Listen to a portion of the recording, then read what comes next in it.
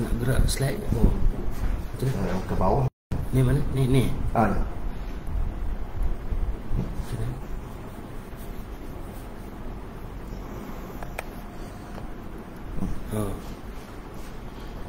Okey. Baik.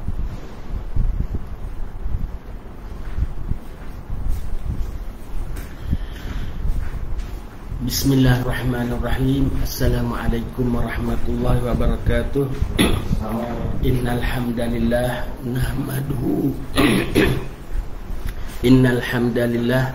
nahmaduhu wa nasta'inuhu wa nastaghfiruh wa na'udzu billahi min shururi anfusina wa min sayyiati a'malina.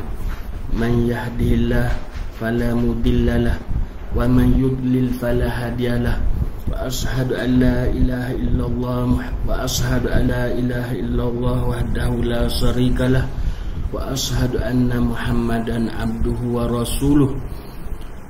Allahumma salli ala sayyidina Muhammadin tibbil qulubi wa dawaiha wa afiyatil abdani wa sifaiha wa nuril absari wa diyaiha wa ala alihi wa sahbihi wa barik wa sallam.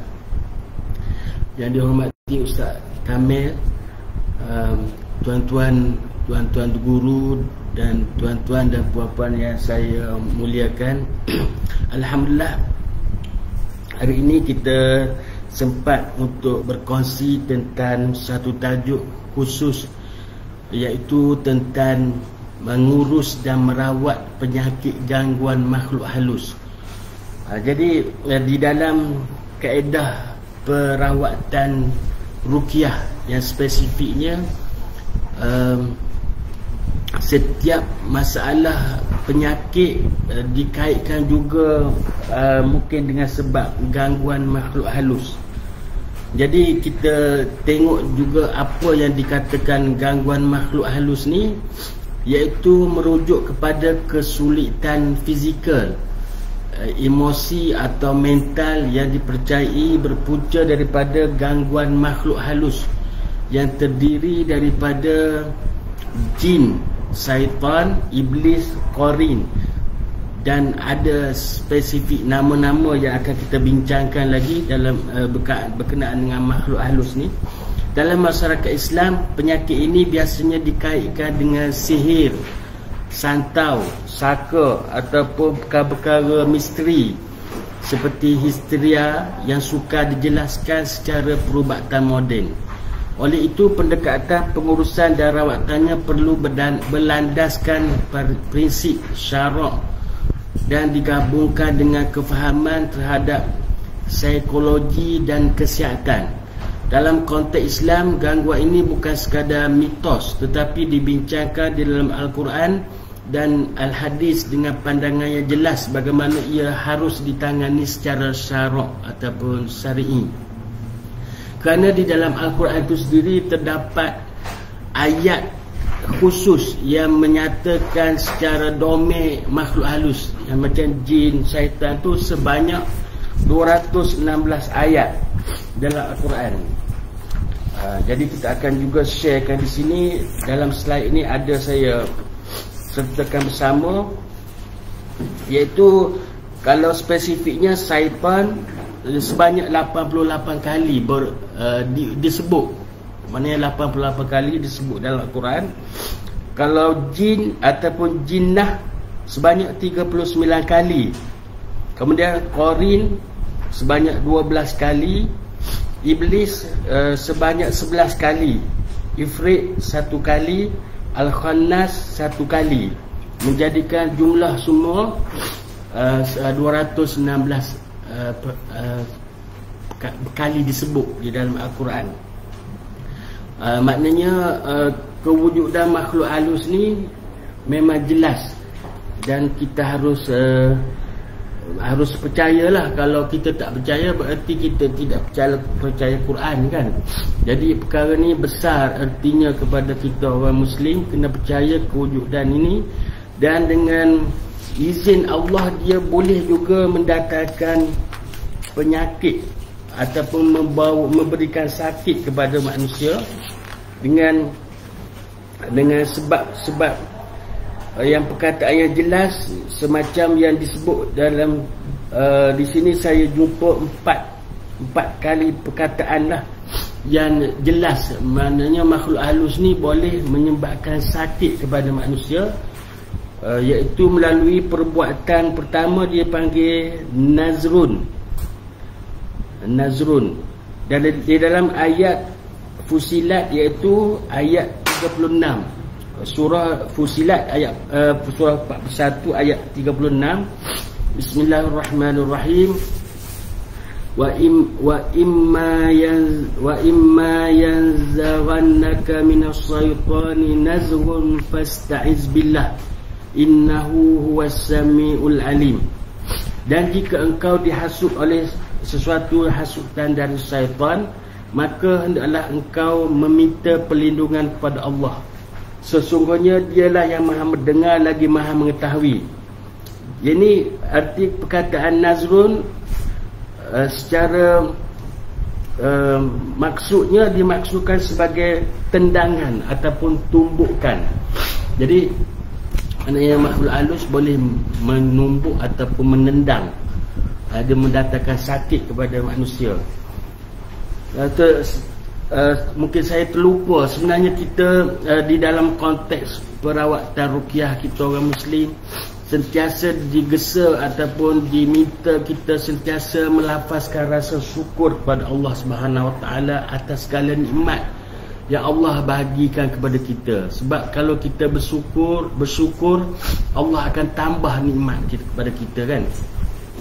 Jadi salah satu yang kita mungkin terabai ataupun terlupa akan nikmat yang begitu besar yang Allah berikan dalam konteks perawatan ruqyah ini, nikmat kita tidak dapat melihat makhluk halus. Itu adalah nikmat yang besar, kita kadang-kadang terlupa. Sebab melalui pengalaman saya dan pengamal-pengamal perubatan Islam ni, kita dapat lihat betapa susahnya sekiranya kita diganggu oleh makhluk halus dengan kita menampakkan diri dia. Contoh, saya ambil contoh pesakit ada daripada Terengganu, dia kerja nelayan. Dia mendapat gangguan, dia mendapat lihat gangguan lah, dia tak boleh buat kerja kerana dia nampak satu ekor ikan pari sebesar kereta, dia kata, duduk keliling dia. Jadi dia tak boleh buat kerja apa. Ini maknanya betapa besarnya kita, kan. Kita kadang-kadang tak diganggu dengan nampak macam tu, kan. Kalau kita nampak contoh lah, kita nak malam tidur nampak ular ataupun anjing masuk bawah katil kita, kan. Kita tak boleh tidur, mesti kena cari ular atau anjing tu barulah kita boleh tidur, tak? Kalau kita cari tak jumpa, kita pun tak boleh tidur, kena beralih tempat lain, kan. Jadi itu adalah suatu nikmat yang besar yang kita kena sentiasa bersyukur, melafazkan syukur. Macam kita ni bertemu di khalayak ramai, kita berkumpul kita menyatakan syukur kepada Allah Subhanahu Wa Taala dapat kita berkumpul, kerana kita majlis walaupun sedikit, kita berniat mencari ilmu. Bukanlah saya ni pandai ke tidak, cuma saya mungkin ada pengalaman yang secara hands on tu bolehlah saya kongsi, dan mungkin saya juga akan belajar daripada saudara-saudara nanti. Jadi itu adalah nikmat yang paling kita kena syukuri selalu. Di dalam hari ini punya perbincangan, saya nak kawal kepada empat perkara penting, iaitu pengenalan. Yang pertamanya adalah pengenalan kepada gangguan makhluk halus. Yang keduanya adalah tanda-tanda atau simptom gangguan makhluk halus.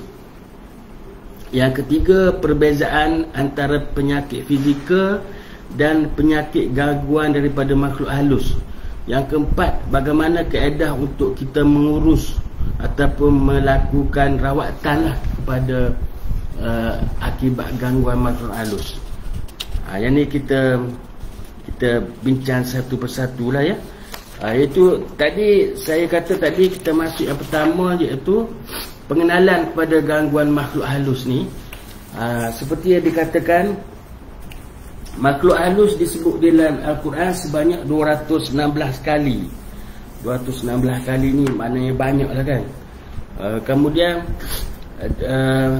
juga hadis-hadis Nabi ada menyebut makhluk halus dengan nama-nama yang lain. Kita pergi satu-satu dah. Ini saya ringkas lah.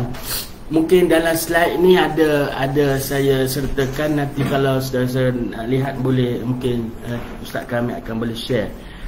Yang seterusnya berkenaan dengan nama, ya, nama yang disebut dalam hadis makhluk halus ni. Okey, yang pertama mengikut dalam hadis ada disebut nama-nama makhluk halus. Yang pertama adalah Ummu Sibyan. Ummu Sibyan ni tugas dia suka mengganggu kanak-kanak kecil. Kanak-kanak kecil yang baru lahir, dia seronok sekiranya kanak-kanak itu menangis sampai tak sedar diri, sampai menangis kadang tak keluar suara kan. Dia lagi seronok. Itu memang tugas dia. Dia terhibur melihat kanak-kanak menangis. Maknanya kita kena ada rawatan spesifik, doa spesifik untuk kita merawat kalau kanak-kanak menangis ni. Yang keduanya adalah Khinzab. Nama makhluk halus juga. Yang ketiganya Amir. Yang keempatnya Amar. Yang kelima Al-Walhan.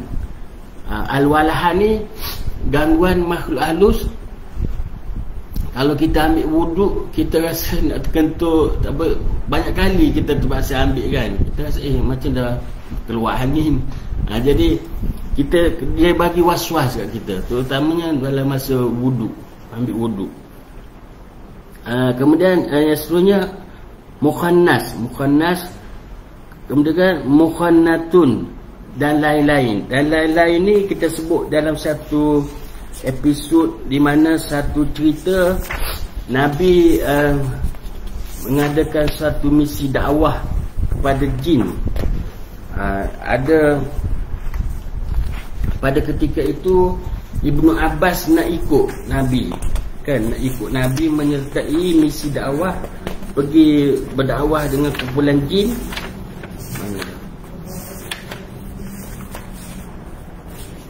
Jadi bila dah pergi, Nabi pergilah di satu pada pasir kawasan lapang. Dan bila Ibn Abbas nak ikut, Nabi kata Nabi buat satu bulatan dengan di atas tanah tu. Dia minta Ibn Abbas masuk dalam bulatan tu, jangan keluar sehingga Nabi panggil nanti. Ini adalah kaedah juga yang kita boleh dapatkan petunjuk daripada guru kita, macam mana kita nak merawat sakit yang disebabkan gangguan ni. Gangguan tu tanya premis ataupun tempat-tempat kita duduk. Jadi Nabi buat bulatan, maknanya Ibn Abbas duduk dalam bulatan atas tanah tu lah. Nabi mungkin buat dengan kayu ke apa kan. Dia suruh Ibn Abbas masuk, jangan keluar sehingga aku panggil, Nabi kata kan. Jadi bila sorry. Yang ni saya cerita dulu kan. Saya nak tutupkan ni. Nak tutup. Okey. Jadi bila macam tu, Nabi pergi tak jauh daripada bulatan tu, Ibn Abbas nampaklah kehadiran makhluk halus berbagai rupa kan, sehingga kan menakutkan lah. Jadi Ibn Abbas terfikir, dia takut Nabi diapa-apakan oleh makhluk halus ni, jin kan. Sebanyak 12,000 ekor jin datang berbagai rupa, jadi sehingga tak nampak Nabi dikelilingi oleh makhluk halus. Lepas tu lama tu Ibn Abbas risau, dia nak keluar tapi dia takut akibat tu kan, sebab Nabi suruh jangan keluar sehingga Nabi panggil. Kemudian bila lama tu macam tu, makhluk halus dah macam dah tak nampak Nabi datang ke tempat Ibn Abbas. Dan Ibn Abbas menceritakan, dia kata tadi suruh takutlah dia tengok makhluk halus berbagai rupa dan sebagainya. Jadi dia bertanya kepada Nabi, beritahu tadi saya takut dan saya ingin keluar, tetapi saya ingat pesan Nabi tadi kan. Nabi kata jika kamu keluar, lau kharaqtah maknanya kalau kamu keluar, kamu akan binasa. Maknanya itu Nabi kata kan. Jadi kaedah yang Nabi buat petunjuk bulatan tadi, duduk dalam bulatan tu adalah tahsin, sebagai berkubu daripada, maknanya Ibn Abbas tak kena kacau. Jadi, maknanya makhluk halus keliling Nabi saja.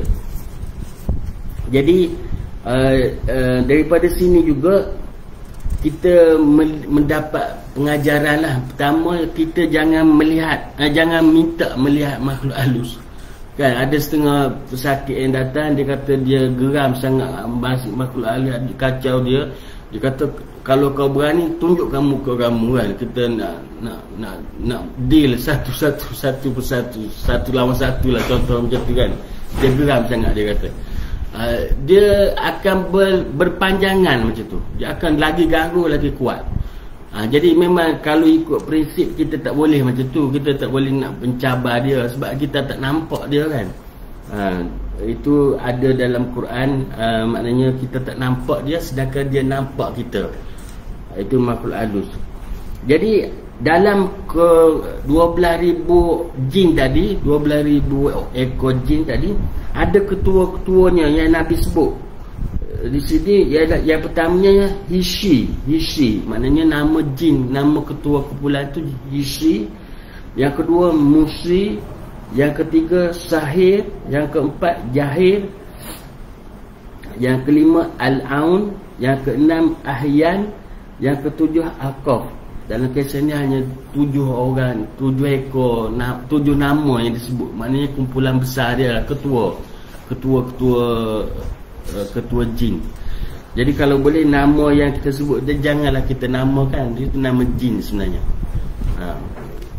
Jadi itu antara nama lain lah yang disampaikan daripada Al-Quran tu 216 kali, campur dengan hari Nabi ni. Dah banyak kan, makhluk halus tu memang wujud. Jadi macam mana dia pula kewujudan dia ni memberikan kesan, adakah dia boleh mendatangkan sakit? Ini spesifik di dalam saya sebut tadi, syaitan boleh menyakiti manusia melalui perbuatan dengan tadi surah Al-Fusilat ayat 36, melalui nazrun tadi, ataupun tendangan ataupun tumbukan. Yang keduanya dia boleh cekik ataupun dia boleh pukulan dengan kuat. Dalam surah Al-Baqarah ayat 275, maknanya dalam perkataan yatakhabbatu. Yatakhabbatu ni artinya mencekik ataupun memukul dengan kuat. Maknanya kita kan ada kadang-kadang ada setengah pesakit datang, muka dia terheruk, kita kata stroke lah sebenarnya kalau ikut. Mungkin lah, kita pun tak tahulah. Jadi dari segi mungkin dia kena tumbuk kan, mungkin kita tapi bahasa moden kita kata stroke. Tapi dalam istilah ni, dia cekik, dia pukul dengan kuat. Mungkin boleh terheruk muka kan. Okey, maknanya saya bacalah ayat ini 275 surah Al-Baqarah. Bismillahirrahmanirrahim. Allazina ya'kuluna ar-riba la yakumuna illa kama yakumul ladzi yatakhabbathu syaitanu minal mas. Zalika bi annahum qalu innamal bay'u mithlu riba wa ahallallahu al-bay'a wa harrama ar-riba faman ja'ahu maw'izatun min rabbih fantaha falahu ma salafa wa amruhu ila Allah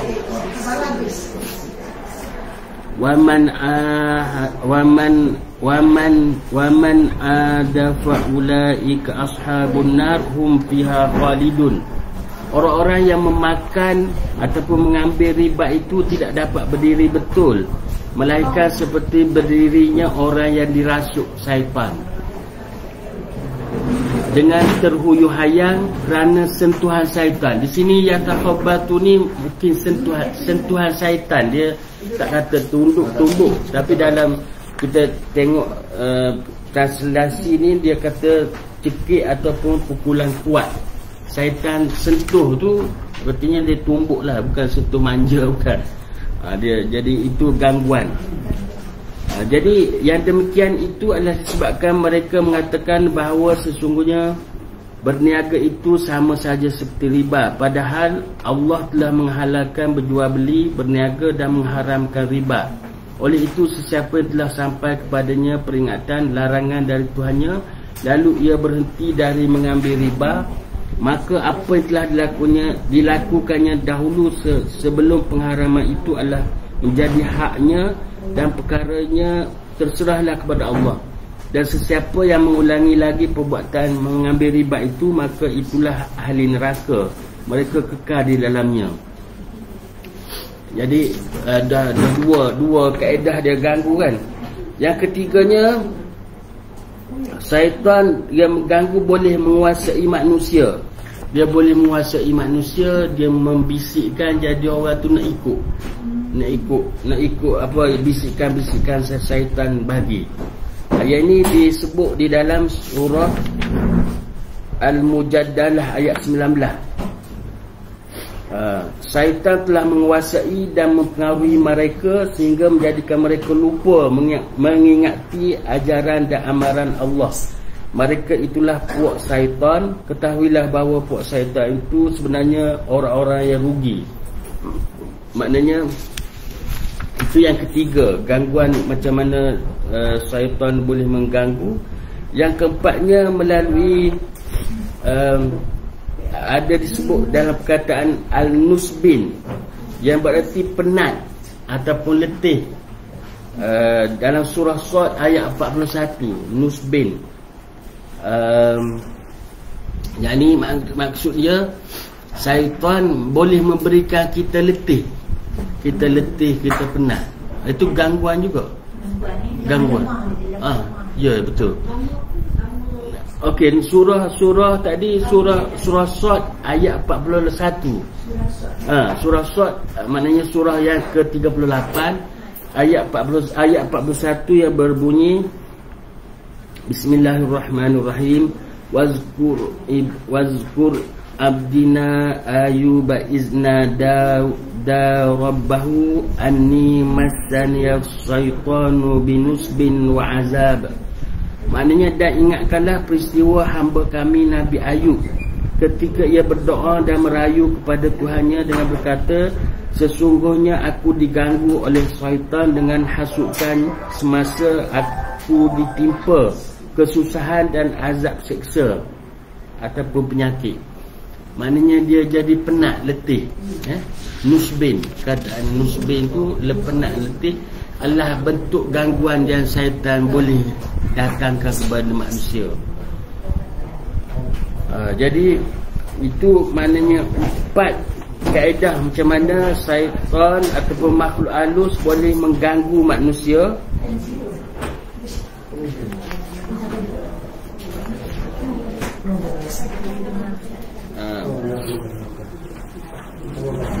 Okey, sila duduk. Okey, baik.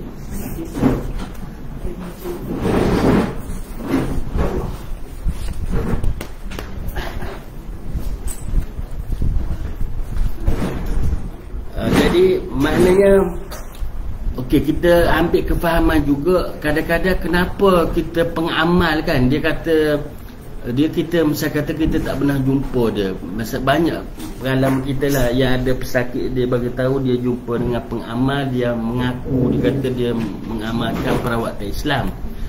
Tapi dia datang, dia bagi tahu, belum sempat pesakit bagi tahu dia sakit apa, pengamal tu dah tahu. Dia kata dia tahu umur berapa, sakit apa, tinggal di mana. Jadi terkejutlah kawan ni kan. Jadi dia lebih macam teruja. Oh, memang betul lah, dia boleh terror lah, dia boleh ubat mungkin kan. Jadi kita kena ambil kefahaman di sini, setiap manusia ni dia ada makhluk gaib yang kita tak nampak. Yang pertamanya malaikat pencatat amal kebaikan dengan keburukan, Raqib Atid ni kan. Yang sebelah kanan, sebelah kiri. Kan iaitu dua, maknanya semua adalah, maknanya dua lah, kita katakan dua, kata contohlah kan. Satu lagi yang terkelompok malaikat penjaga yang belakang dan depan. Manusia setiap makhluk manusia lah, kalau khususnya manusia dia ada yang belakang depan, malaikat penjaga, malaikat hafizah. Yang satu lagi qarin. Qarin ni ada pada semua orang, tak kisah dia ustaz ke guru ke. Jadi yang macam mana pengamal tu tahu maklumat pesakit tu, maksud dia qarin pengamal, saya katakan saya ustaz pengamal kan, telah pergi mendapatkan maklumat terlebih dahulu dengan pesakit tu, dengan qarin pesakit. Pesakit punya qarin dah bagi tahu maklumat tu semua, jadi dia berbincang, dia kata nanti kau rawat, aku keluarlah, kau dia cari makan. Itu bukanlah kata nak tuduh, tidak kan. Memang ada yang di Arab, kumpulan Arab Takaroni. Kumpulan Arab Takaroni, dia keturunan Afrika, dia berkahwin menetap di Arab, dan dia memang dahulunya dia banyak kerja-kerja macam tu. Dia ada kau tim dengan geng-geng dia lah, kau bagi sakit, lepas tu aku pergi rawat untuk cari makan lah kan. Itu pernah berlaku di Arab. Rasanya tarik ni tak dilarang dalam Islam. Tarik berjumpa dengan tarik lagi. Dilarang. Kita tak boleh buat macam tu. Sebab apanya, kita perawatan Islam ni kita direct kepada Allah. Kita pergi jumpa ustaz ke pengamal tu memang ikhtiar kan. Ikhtiar tu memang kena jumpa. Kadang-kadang doa kita ni kita direct, kita tak makbul, kita cari orang yang bagi kita, minta doakan orang kan. Dan itu pun memang kita kena sentiasa doakan sahabat-sahabat semuslim kita ni kan. Iaitu lebih kalau sekiranya dia tak tahu yang kita berdoa dia, itu lebih baik. Tapi kalau tahu pun tak apa kan. Jadi itu kaedah dia, kita cari orang yang doakan kita. Itu boleh juga. Itu sebahagian daripada ikhtiar. Jadi saya nak share juga ni, ini saya tak jumpa lagi lah dia punya alam ni kan. Kita wujud di alam ni kita panggil alam dunia tak? Kemudian di alam dunia ni ada pula alam yang kita panggil animal kingdom, plant kingdom, banyak kingdom kan. Apa tu, sea kingdom ke apa ke. Jadi sebenarnya berapa banyak alam sebenarnya di dunia ni kan. Dalam laut, darat, langit, tu satu dunia lah kan. Jadi saya catat apa yang saya dengar daripada Ustaz Harun. Dia kata 800,000 alam sebenarnya kita ada. Jadi kita tak boleh sombong lah. Kita kalau dapat ilmu sedikit kan, kita rasa kuat ke, kita rasa hebat. Tak ada maknanya. Kita dapat bayangkan dapat 800,000 alam ni betapa besarnya kan. Sebab itulah kalau kita lihat peristiwa yang baru ni kan, gajah dilanggar anak dia tu kan, pelik sungguh tak. Dia boleh ditunggu sampai 5 jam katanya, berdiri sampai orang tembak dengan buat pelali, baru dia rebah, dia boleh lari. Maknanya itu kebesaran Allah kan. Dia bagi macam tu kan. Kita dengan nikmat dunia ni kan, kalau ada satu yang saya tak ingat lebih kurang ceritanya, di alam dunia ni Allah bagi rahmat satu je kan. Rahmat, dengan rahmat itu boleh kita berkongsi seluruh makhluk, kasih sayang dan sebagainya. Dan Allah simpan lagi 99 rahmat kan di akhirat. Jadi maknanya kita sama-samalah merenung supaya kita sentiasa bersyukur dan menjadilah sama-sama, termasuk saya sendirilah, saya menyatakan ni. Mungkin kita kadang-kadang ni kan, kita manusia ni ada instrumen nafsu kan. Kadang-kadang kita terlebih ikut kehendak nafsu kita. Yang sedap, yang seronok, lepas tu yang kita utamakan kan. Menyesal kemudian tak apa. Itulah nafsu. Kita buat yang seronok, yang sedap dulu, kemudian menyesal kemudian.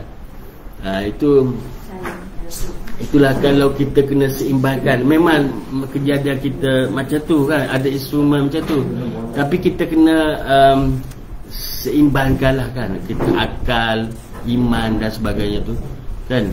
Jadi dari segi pengubatan Islam ni, kita sentiasa menyerahkan kepada Allah Subhanahu Wa Taala akan kebesarannya, sama-sama kita menginsafi bahawa betapa hebatnya Allah berikan penjagaan kepada kita ni. Sebab apa syaitan ataupun makhluk halus ni boleh mendatangkan sakit? Kerana dia telah secara nature-nya memang makhluk halus ni dah jadi musuh manusia. Kita tak boleh kata nak bersahabat macam tu. Kita nak gunakan koring tadi kan, nak tujuan merawat, kata boleh. Sebab ni ada dalam Quran ayat Fatir, ayat 6 surah Fatir. Bismillahirrahmanirrahim. Inna syaitana lakum aduwwun fattakhizuhu aduwwa. Sesungguhnya syaitan itu adalah musuh bagi kamu, maka jadikanlah dia musuh yang mesti dijauhi tipu dayanya. Maknanya kita kena deal dengan syaitan ni sebagai musuh. Tak boleh sekali-sekali kita kata, oh kali ni dia nak bantu kita, kita bersahabat. Tak boleh. Dia menipu, menipu. Selama-lamanya dia menipu kan, syaitan. Jadi inilah sebabnya kenapa ada juga orang kata, Ustaz, saya tak khianat orang, saya tak dengki dengan orangnya, tapi kenapa saya diuji macam ni? Dia pergi hospital, hospital kata you tak sakit, you sihat kan, ambil darah, ambil semua, tapi dia sakit. Itulah maknanya kita kena menyerahkan kepada Allah lah kan. Kita nak buat macam mana tak, itu ujian-ujian yang kita dapat lah, kita kena terima dan redha kan. Sebut sedap lah, yang saya sakit, awak sebut redha, saya yang sakit kan, macam tu. Jadi jelah kalau ikutkan ke konsep keseluruhannya ni, kita ambil kaedah proses tu, proses pendekatan proses. Bukanlah kita nak cari sembuh, tidak. Sembuh tu kerja Allah kan. Kita proses yang betul, kita ikut cara dia, kita minta dengan Allah, jangan minta yang lain. Ada setengah orang dia nak cepat, dia datang kali pertama ke Darul Sifat, kemudian dia tak sembuh, dia kata pedak kan, tak sama je. Dia pergi ke Sami Batu Cave, dia cakap sendiri, dia kata ada lega Ustaz, saya pergi 3 kali, lepas tu dah okey. Kemudian 3 bulan kemudian dia sakit teruk, dia pun pergi lagi Sami, tak ada kesan. Dia pergi Darul Sifat pula. Kenapa tak pergi sana? Sana banyak lagi teruk lah Ustaz. Dia kata mulanya sembuh, tapi sekarang lagi teruk saya. Jadi kita tak boleh sekali-sekali pergi macam tu kan. Kita diam, nampak sangat kita ni kejar kesembuhan. Tak boleh. Kita kejar yang cara betul. Sembuh tu Allah punya kuasa kan, kita tahu dah. Memang ujian ni, ujian Allah datangkan sakit apa macam lah kan. Yalah, kita kadang-kadang pun macam tu, kita cakap boleh senang, dah boleh kena tu, tapi kita sama-sama lah mempraktiskan supaya ujiannya kita serah pada Allah semua kan. Apa pun itu ujian dia kan. Kalau ada semangat macam tu, memang kita mati pun dalam iman yang sebenar lah kan. Tak kisahlah sakit tu. Ada peristiwa macam mana kesembuhan ni kan, dia tak sembuh. Dia ada satu orang, dia lahir ke dunia, dia dalam keadaan tak sempurna, dia sakit sentiasa. Dia lama hidup, dia tak boleh buat ibadat elok, tak boleh bersedekah, tak boleh apa semua, tak boleh. Tapi dalam hati dia, ya Allah, kalau aku mati nanti, walaupun aku tak buat solat ke apa ke, tapi iman dia kepada Allah, masuklah aku kepada surga kan, ke dalam surga juga. Lepas tu dia takutlah juga kan, dia sebab tiba-tiba dia mati. Dia dapat masuk surga. Ini dia tanya malaikat, kenapa dia boleh masuk surga sedangkan dia tak boleh buat apa-apa pun masa dia hidup kan.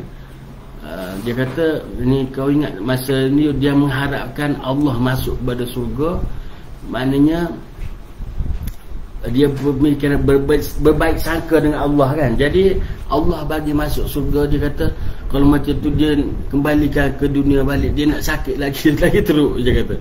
Ini contoh kita, motivasi lah kita boleh ambil daripada cerita-cerita macam tu. Tapi kalau orang tanya, saya pun cari lagi dia punya cerita tu, tak jumpa lah saya, apa yang saya catat masa belajar dengan Ustaz Harun dulu kan. Jadi mungkin itu sebagai motivasi kepada kita lah, bahawa Surah Fatih ayat 6. Maknanya syaitan tu musuh kita sentiasa kan, jangan cuba berbaik kan. Sebab apa? Tak boleh kan. Macam cerita orang nak berbaik dengan makhluk halus, memang macam tu. Dia nak jadi ilmu kebal, nak jadi hebat, dia banyak kenakan syarat dia. Pertama, ini saya cerita, janganlah tulis pula tak. Dia punya kaedah nak bersahabat dengan makhluk halus ni. Dia pergi cari orang mati kena bunuh. Mati kena bunuh. Lepas tu dia ada alat yang mustajab lah. Dia cari kapas yang baru. Kapas yang baru keluar kapas tu, dia gunakan kapas tu untuk ambil darah yang mati kena bunuh kan. Lepas tu dia puja lah malam-malam kan, dia perasap dengan kemenyan. Lepas tu dia pergi dekat orang yang mati kena bunuh tadi. Dia panggil, dia secalik darah tu, dia lekat kat apa. Dia kata, okey jom ikut aku pulang. Dia panggil hantu tu lah. Dia suruh, lepas tu dia puja setiap malam memang dapat. Ni contoh orang yang beramal lagi. Jangan kita buat pula kan. Ya boleh. Mereka boleh nampak dengan mata kasar dia orang tu. Dia orang nampak. Dia orang nampak. Dia boleh berinteraksi. Dia tak takut Dia memang dia nak. Dia akan bagi tanda lah, keluar bergerak, berdiri ke, barang-barang pedang, keris dan sebagainya. Sebab bukan semua orang berani tengok, berani nak. Yang tu yang jenis nak lah. Yang jenis nak dia berani lah. Yang jenis kita ni tak mahu, kita tak kisah kan. Betul. Ustaz pernah tengok? Saya tak pernah tengok. Tapi kalau saya pergi merawat tempat yang memang ada gangguan tu, saya punya tengkok ni rasa meremang lah. Tapi nampak kelibat dia. Kalau saya mungkin berbeza lah orang, tapi saya tak nampak kelibat. Saya terasa ada meremang, kemudian rasa telinga kita berdengung macam bukan berdengung apa, macam sakit, macam ada tekanan dalam telinga. Itu kalau gangguan yang besar lah, yang pernah saya rawat. Itu ya. Ya.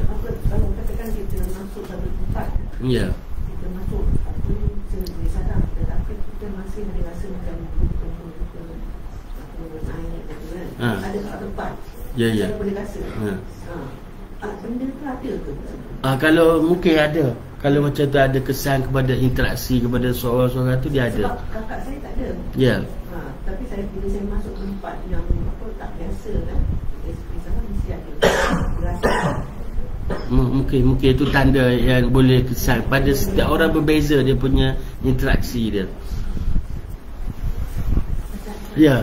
Kalau dia kadang-kadang kan tempat tu tengah kata tak bau, tapi kalau kita masalah bau busuk.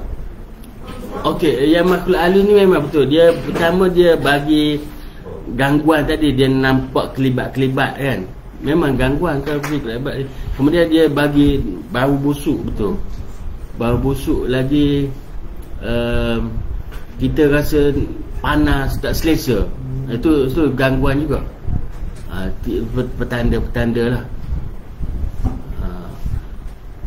Petanda. Nanti kita masuk kepada petanda dia. Baik. Ustaz, sebagai perawat ni mesti ada kesan lepas merawat dan balik tu, ada kesan tak Ustaz? Ada tak rasa dia punya kesan, apa efek lepas merawat orang? Dia memang kaedah dia, kita merawat ni, kita macam di dalam sifat kita dilatih. Maknanya setiap minggu kita kena buat majlis zikir. Saya dapati kalau saya tak pergi zikir, kita sendiri pun jadi macam rasa tak best lah, tak rasa macam kalau kita rawat orang tu rasa macam tak ada roh sangat, kan, tak ada kekuatan. Dia macam kan kita baca, kita tahu semua ayat kursi tu adalah ayat kalimah yang utama. Kalau ayat kursi tu kalimah akidah, nak menceritakan Allah, siapa itu Allah, kan, siapa itu Allah tu dalam ayat kursi tu menceritakan profil yang lengkap siapa itu Allah. Allah itu siapa, kan, kita dah memadai. Dan ayat kursi ni ada hadis Nabi, dia kata kalau baca ayat kursi Allah akan hantarkan malaikat penjaga, dia tak kena gangguan. Cuma melalui pengamalan kita ni, kalau kita betul-betul nak lepaskan, terus selesai lah, sekali kita baca tu kita selesai pesakit yang kena ganggu tu, kita baca ayat kursi tu 255 kan, kita tambah lagi 256, 257. 256 tu la ikraha fid din kan. Lepas tu 257 kita sekalikan.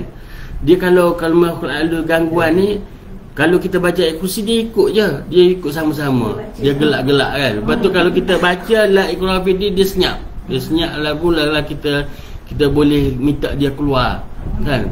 Ukhruj ya adu Allah, kita baca ada ayat-ayat kita baca minta dia keluar. InsyaAllah cepat. Maknanya kalau teknik yang kita buat tu, InsyaAllah cepat dia keluar. Cuma yang ialah kadang-kadang gangguan ni dia keluar masa depan rawat, dia keluar lah. Lepas tu dia datang balik bila orang tu balik rumah kan. Jadi maknanya pesakit tu kena amalkan juga bacaan-bacaan untuk pertahanan diri. Pertahanan diri yang disebut oleh Nabi kepada Aisyah kan, dia bagi suruh baca 3 kul. Yang mudah ni kita buat 3 kul je. Yang mudah dia 3 kul sebelum tidur tu kita baca 3 kul. Dia panggil Al-Mu'awwizat. Al-Mu'awwizat ni 3 kul tadilah. Kul huwallahu ahad, kul a'udzu birabbil falaq, kul a'udzu birabbin nas. Kan? Okey, saya bacakan sedikit ringkasan dia. Bagaimana mencegah penyakit bawaan makhluk halus ni. Daripada Aisyah radhiyallahu anhu menyatakan Nabi sallallahu alaihi wasallam mengajarkan baca 3 surah dan menadah tangan dan berdoa dan sapu kepada badan yang dicapai oleh badan. Kan? Kita baca, kalau boleh sebaik-baiknya kita baca 3 kul ni waktu pagi sekali. Waktu pagi ni biasa selepas subuh lah kita baca terus. Kita kalau kaedah yang bagus, kita berlunjuk kaki menghadap kiblat kan. Lepas kita solat tu berlunjuk kaki menghadap kiblat, kita angkat tangan baca 3 kul. Bismillahirrahmanirrahim. Qul huwallahu ahad, Allahus samad, lam yalid wa lam yulad wa lam yakul lahu kufuwan ahad. Bismillahirrahmanirrahim. Qul a'udzu birabbil falaq min syarri ma khalaq wa min syarri ghasikin idza waqab wa min syarri nafasati fil 'uqad wa min syarri hasidin idza hasad. Bismillahirrahmanirrahim. Qul a'udzu birabbin nas, malikin nas, ilahin nas, min syarril waswasil khannas allazi yuwaswisu fi sudurin nas minal jinnati wan nas. Kita baca tu, kita tiup. Kalau boleh masa baca ni kan, kita rapat ni, tapak tangan kita, dua tapak tangan rapat dengan mulut biar agak kena hembusan air liur kat tangan kita ni. Janganlah kalau nak hembus biar dia titisan kalau bagus. Sebab apa? Sebab ni nafas kan. Nafas kita, yang orang yang buat jahat dia melalui nafas juga. Yang macam pukau, hembusan tu kan, tapi dia buat untuk kejahatan. Tapi nafas ni kita buat untuk tujuan kebaikan. Kita tiup, lepas tu kita tutup segala lubang ni, lubang mulut, lubang hidung, lubang mata. Lepas tu jangan lepas biar melekat dekat badan tangan kita boleh berjangkit macam tu. Lubang telinga kita syarat tutup. Lepas tu sapu semua satu badan ni sampai kat bawah ni kan, kita syarat tutup lubang bawah ni kan, tutup. Walaupun kita tak pegang apa, tutup. Betul? Lepas tu kita sapu buat macam buang macam tu kan. Ya, sekali pun memadai. Sekali pagi dan sekali malam. Malam tu kalau boleh selepas solat Isya terus buat. Tapi sebab kalau kita takut malam nak tidur terlupa pula kan. Kalau kita buat amalan tu, memang pengalaman kita yang gangguan ni, gangguan tidur ke apa ke, tak ada dah lepas tu. Pesakit-pesakit buat. Ini memang jelas ni hadis Nabi. Masa duduk tak apa. Masa berlunjur, kalau paling bagus kan berlunjur selepas solat tu dah terus buat. Dia sebab apa? Ringkasan dia ni, surah Al-Ikhlas ni, mesej dia membuatkan keimanan kita kepada Allah. Allah saja tempat kita memohon segala pertolongan. Itu mesej surah Al-Ikhlas. Yang keduanya surah Al-Falaq, mesej dia kita mohon perlindungan kepada Allah yang mengatur setiap makhluk daripada kejahatan makhluk, daripada kejahatan waktu gelap atau waktu malam, daripada kejahatan tukang sihir yang meniup pada nafas dengan nafas dan bercampur dengan hasad dengki. Ini mesej surah Al-Falaq. Yang ketiga surah An-Nas, mesej dia memohon perlindungan daripada bisikan kejahatan syaitan yang sentiasa mengajak kita membuat kemaksiatan kepada Allah. Itu 3 cool dia mesej kita kalau faham tu, insya-Allah kita kena tahu niat tu apa, perkataan di sebalik tu. Lagi kita rasa jelas setiap kita ni digoda lah dengan nafsu apa, jadi kita minta sentiasa perlindungan kepada Allah Subhanahu Wa Taala. Jadi yang tu kita kena buat untuk diri kita dan anak-anak kita. Kalau anak kecil kita buat dekat anak kan, kita baca dekat anak tu. Kalau anak besar suruh buat sendirilah. Kan, asyik mak aja nak buat kan, penatlah aku buat banyak kerja lain cakap dia. Jadi itu dia punya amalan yang kita boleh buat. Ada lagi soalan? Saya rasa nanti kita lebih santai, kita bertanya lebih two-way macam ni kan, lebih bagus. Ya. Ya.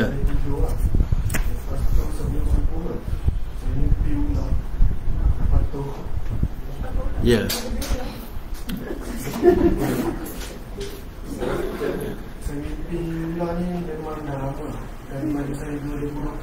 Banyak kali mimpi.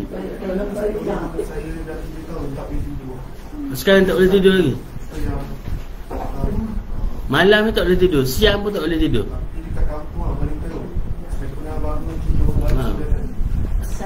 Waalaikumsalam. Sila. Okey, nanti nama apa ni?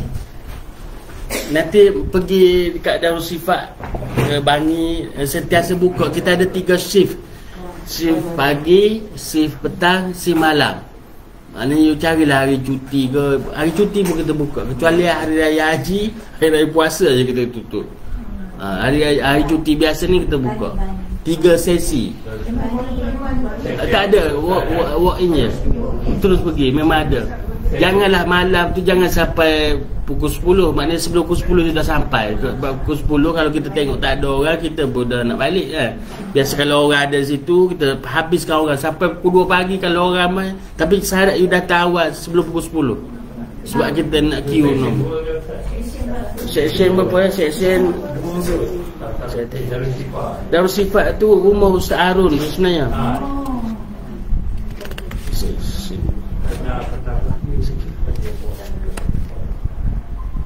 Seksi 1. Seksi 1. Dekat surah An-Nur. Ya. Buka Waze ada Waze. Sekarang ada Waze. Ya, betul. Jadi macam biasa tanda-tanda ke, tanda-tandanya adalah memang tanda pertamanya kita kena gangguan makhluk halus ni. Pertama, tanda mimpi yang menakutkan tu. Betul lah tu, makhluk halus. Yang keduanya dia berulang macam jam yang sama, kan?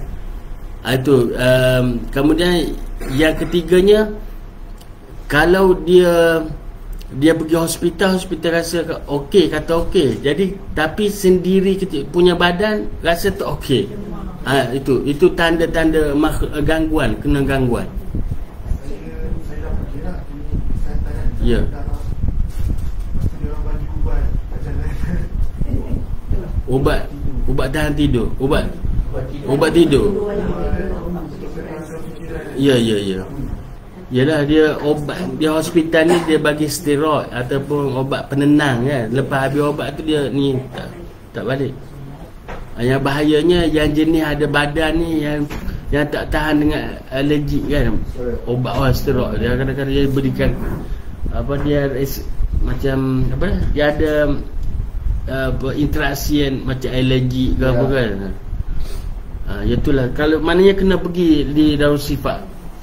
Dah pergi Darusifat? Pernah pergi? Tak. Gini, saya bukan nak kata tempat lain tu tak bagus. Sebab Darusifat kita dah diiktiraf oleh Kementerian Kesihatan, bahagian perubatan tradisional komplementari. Yang lain tu memang sama ada dia berdaftar atau tidak kan. Kadang-kadang kita tak pasti dia punya pengamalan. Banyak je saya sebab kebetulan saya jadi penilai kepada perawat-perawat ni yang nak dapatkan lesen dengan bahagian perubatan tradisional komplementari Kementerian Kesihatan tu. Saya adalah seorang penilai, salah seorang lah. Sebab dia nak dapatkan CJ, Jabatan Pembangunan Kemahiran, baru dapat jadi pengamal. Sekarang di bawah Akta 775 kan. Jadi ada banyak yang saya buat penilaian tu, banyak yang gagal. Sebab apa? Kita tanya bila apa sumber ilmu yang dapat ni, ada setengah tu dia kata, kita tanya siapa guru awak, awak belajar kat mana kan. Dia kata guru saya ustaz, saya dengar je orang boleh berubat, asal dia boleh berubat sembuh, saya pergi, saya belajar dia. Orang gila pun saya belajar, dia kata. Ya Allah, dalam hati kita kan. Betul ni, bukan saya main-main. Betul. Yalah, maknanya sumber ambilan tu tidak jelas kan. Pertama. Kemudian dia tak boleh bagi tahu guru kan. Ada sesuatu dia belajar melalui YouTube saya. Sebenarnya tak sempurna kita belajar tanpa berguru. Sebab lebih-lebih lagi kita nak rawat orang kan. Dia kata sembuh lah ustaz, saya rawat semua menjadi ustaz. Dia nak petikan, bukan soal menjadi kan, soalnya proses sumber-sumber ilmu tu kan. Itu yang penting kita nak tengok. Sebab memanglah kalau Nabi tu sahabat Abu Sa'id Al-Khudri tu kan, dia baca Al-Fatihah. Al-Fatihah saja boleh dah sembuh. Macam tu juga bila saya tanya, you baca ni? Saya baca apa? Al-Fatihah, Alif Lam Mim, Ayat Kursi. Kan? Bukan soal kita nak petikan sembuh, bukan. Sebab dalam dia punya proses tu pun adalah bacaan-bacaan yang minimum yang kena baca. Jadi saya tolak dia tu atas alasan bacaan tu tak penuhi lah kan. Bacaan dia tak dapat baca semua yang ayat yang saya nak tu. Tapi di sebaliknya tu saya tolak sebab sumber ambilan ilmu tu tidak tepat. Minta maaf Ustaz. Ya, boleh. Bacaan ni dia perlu dengan makhraj yang betul Ustaz. Ya betul. Makhraj dia kena betul-betul. Kena macam di Darusifat ni kita tujuannya macam setiap pelajar ni kan, kita bagi percuma je bimbingan kelas tajwid apa semua. Maknanya dia orang nak bila dapat ijazah ni dia kena baca semua ni 33 ayat ruqyah. 33 ni bukan ayat saja, dia satu ayat macam ayat kursi tu kira satu bacaan. Mana 33 komponen kombinasi. Satu buku lah. Cuma Yasin kita tak wajibkan hafal lah. Kan? Nak jadi perawat ni satu buku ni, semua buku ni hafal kecuali Yasin tak payah hafal. Yang lain dia kena hafal. Baru dia boleh jadi perawat di Darusifat. Sebab tu Kementerian Kesihatan iktiraf kita. Maknanya kita baca dengan benar, dan setiap yang ni kena lulus tasmik dia, ada penilai nanti. Kena bersungguh. Dan kalau kita bagi tahu yang nak jadi mendapatkan lesen tadi kan, fair tak kalau saya bagi you sekarang bagi beberapa ayat Fatihah dengan ayat kursi ya, berbanding satu buku ni, saya rasa tak fair. Sebab orang di Darusifat semua buku ni dia baca. Terkejut dia, jadi tak boleh bantah dia kalau nak, you betul-betul nak, you belajar di Darusifat saya kata. kan, ataupun di Darussalam yang ada pengiktirafan. Darussalam pun dapat pengiktirafan. Ya, dia sama sebenarnya. Darussalam tu adalah gurunya di bawah, dulu asalnya Ismail Kamus tu dia belajar dengan Ustaz Harun juga. Kan? Dia cuma dia pecahkan nama. Ya. Ada di Darussifat ni sekarang dia 96 cawangan di seluruh Malaysia. Di setiap negeri adalah. Sabah, Sarawak. Pasal adik bawa suami dia kena orang adik Ya. di situ dia cakap tak Johor, adik duduk Boleh. Mana-mana saja. Cuma ada sekarang ni ada juga yang menyamar sebagai Darussifat kan. Dia menyamar, dia kenakan bayaran mahal-mahal pula kan. Jadi dia buat, ada laporan kita terima kan. Dia kata kita semak bukan Darussifat sebenarnya. Sebab dia nak guna nama kan. Dia nak kadang-kadang kita tak pasti. Sebab tu kalau boleh kalau saya saja cadangkanlah pergi yang Darussifat betul. Ya. non-Muslim kan dia boleh rujuk kepada setingkat.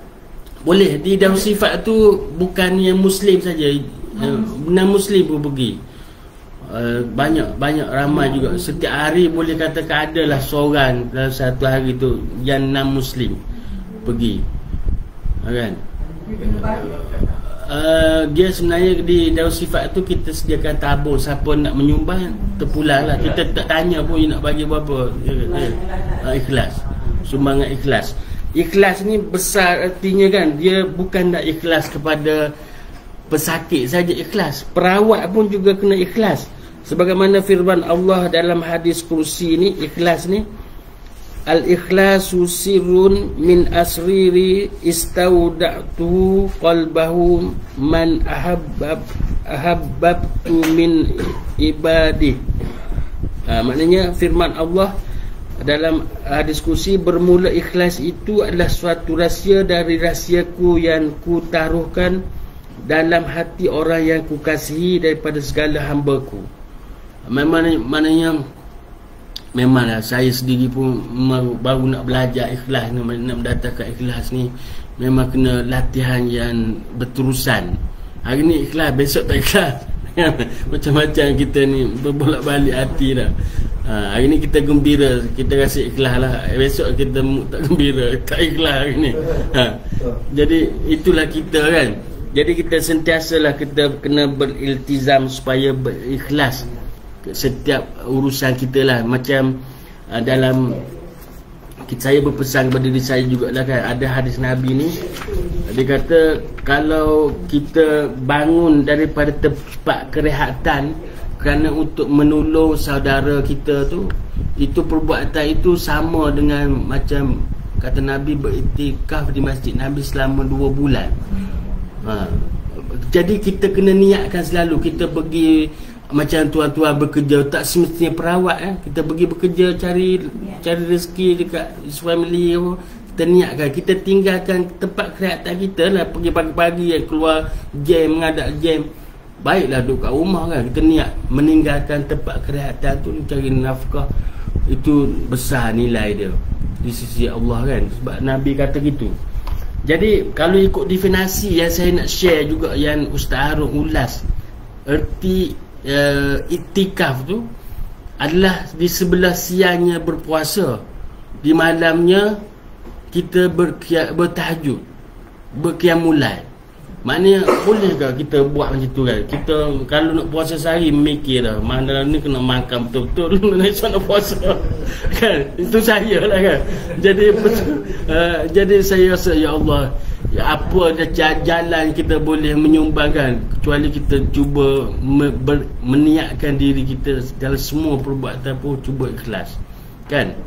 Itulah kita bagi motivasi kat diri kita masing-masing. Jadi kita pergi tengok dah bawah ni, mimpi kan. Tanda-tanda umum gangguan makhluk halus ni, mimpi yang menakutkan berulang kali, kemudian kesakitan fizikal tanpa sebab perubatan. Ni kita katakan kita betul. Ada baru semalam ada pesakit, dia kerja anggota beruniform. Dia kata dia dapat panggilan ada aksiden. Dia pergi dengan icah dia tengok ada orang tu masih hidup di bawah lori kan, di bawah dekat ganda lori. Tapi dia kata dia pergi 2 orang, dia bos dia suruh jaga lalu lintas. Jadi dia tengok tu, dia mungkin dia pun sebab dah dia tugas dia tak pergi dekat lah kan, yang bos dia jaga. Lepas tu orang tu mati di situ. Jadi dia pergi dia jumpa saya sebulan lah daripada peristiwa tu. Sebab sebelum tu dia kata tak tahu, saya pergi hospital dah 11 hari dia dapat MC daripada klinik kesihatan, bukan MC swasta. Jadi bos dia kata pelik dia ni, dia sebenarnya elok kan, lepas tu tak boleh berjalan. Lepas tu pergi, saya tanyalah, baru dia cerita tadi, dia rupanya dia tengok orang tu aksiden. Bukan orang tengok aksiden, dia pergi tempat kejadian tu. Tiba-tiba dia jadi tak boleh berjalan. Saya kata dia peristiwa tu dah sebulan kan. Inilah benda-benda yang kita tak, dia pergi hospital pun tak boleh.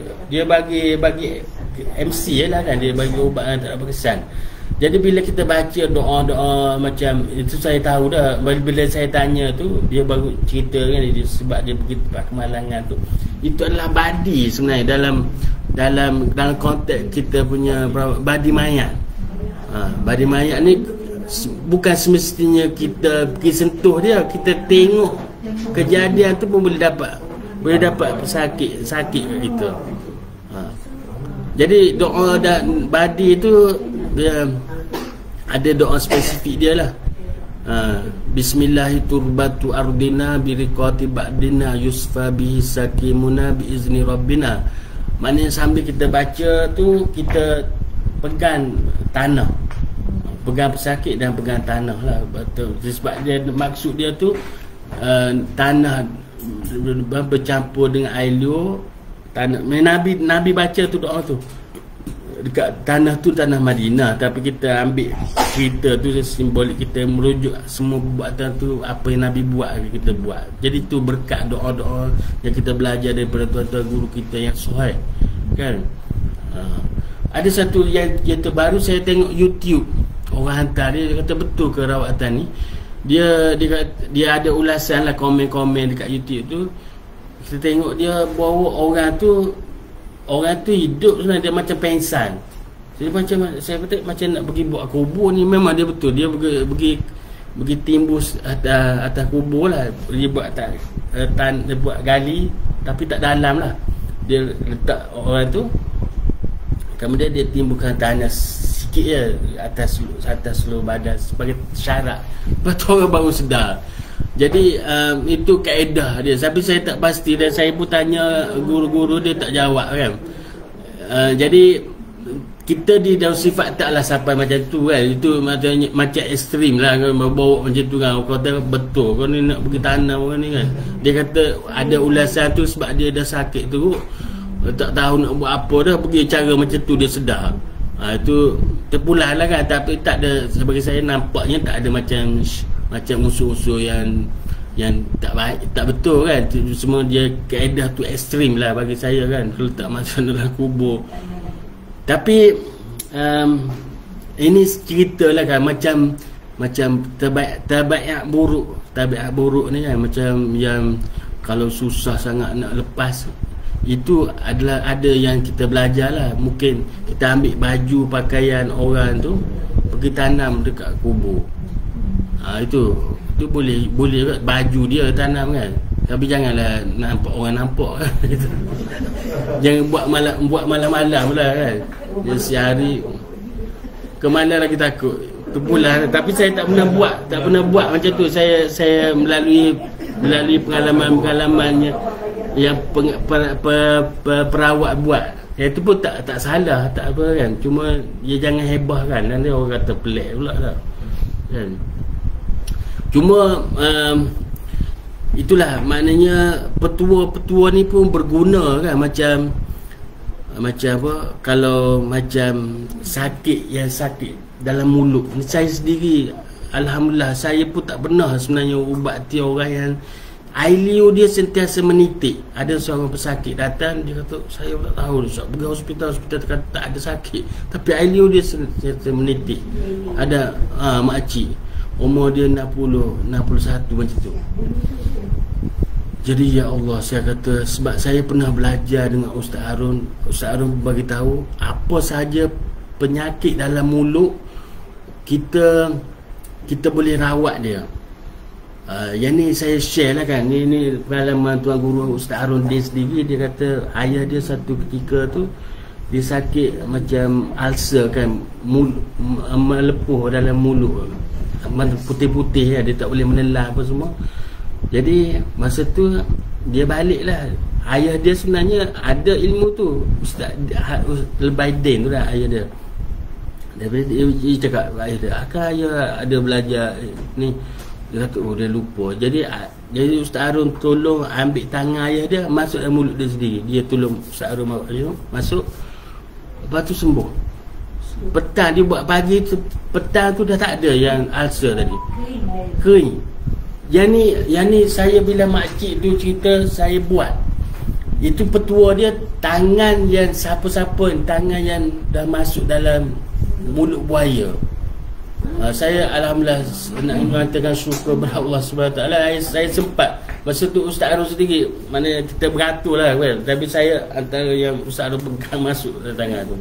Siapa yang berani, tapi memang buaya tu dah memang dah disiapkan untuk masuk tangan. Dia kita buat pipe PVC tu lah yang boleh lalu pipe ni. Jadi buaya tu dia tak boleh ngap dah. Dia ada sendal PVC tu, pipe PVC kita lalu tapi kena sampai di hujung tekuk dia. Memang lembut sangat tekuk buaya tu. Buaya dia tak ada lidah, dia boleh rapat sana. Memang lembut sangat. Jadi bila macam tu makcik ni, saya kata makcik saya pun, saya ada ni, saya pun nak try saya punya ni. Saya alhamdulillah ni nikmat yang mungkin saya nak cuba. Saya kata saya akan basuh tangan saya nak masuk tangan saya dalam mulut makcik. Boleh. Sebab saya masuk tu, dia keluar sekejap, sementara nak ambil kad apa semua dia kan, nak ambil apa dia nak penyimpan nak balik. Ya Allah Ustaz, dah tak ada dah rasa menitik tu Ustaz. Dia kata, ya Allah, ini semua kebesaran Allah Subhanahu Wa Taala kan. Saya pun baru mencuba juga dengan kita mana melihat ilmu yang kita belajar tu berkat kan, seronok kita boleh menolong orang yang selama ni dia boleh menitik kan. Jadi rasa seronok tu lah. Semoga Allah memberikan kebaikan kepada guru-guru kita lah yang mengajarkan kita semua tu kan, dan kita pun boleh menolong orang. Itu yang mampu kita buat.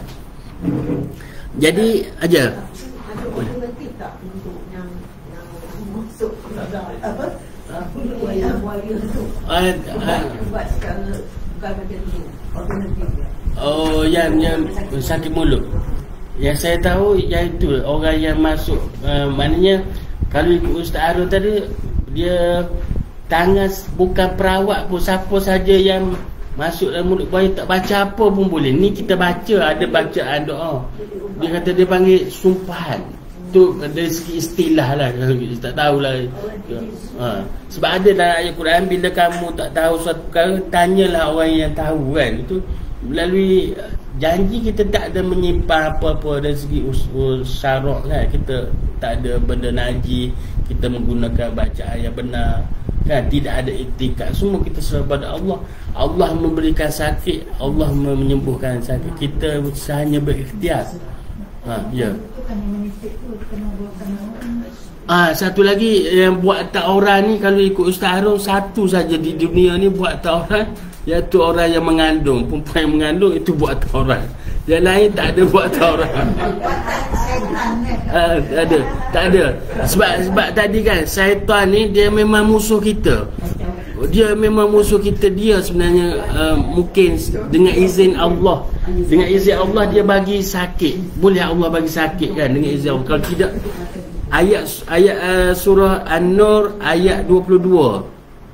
Ayat 22 tu jelas. Dia kata syaitan semua ni musuh kita, dia boleh mengganggu.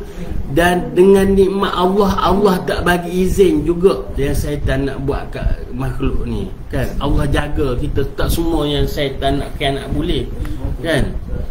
Ayat 22 surah An-Nur, walau fadlullah, ada dia tu surah An-Nur. ayat 22. Ada ya. Jadi sihir tu bukan muatan orang Ustaz. Sihir bukan.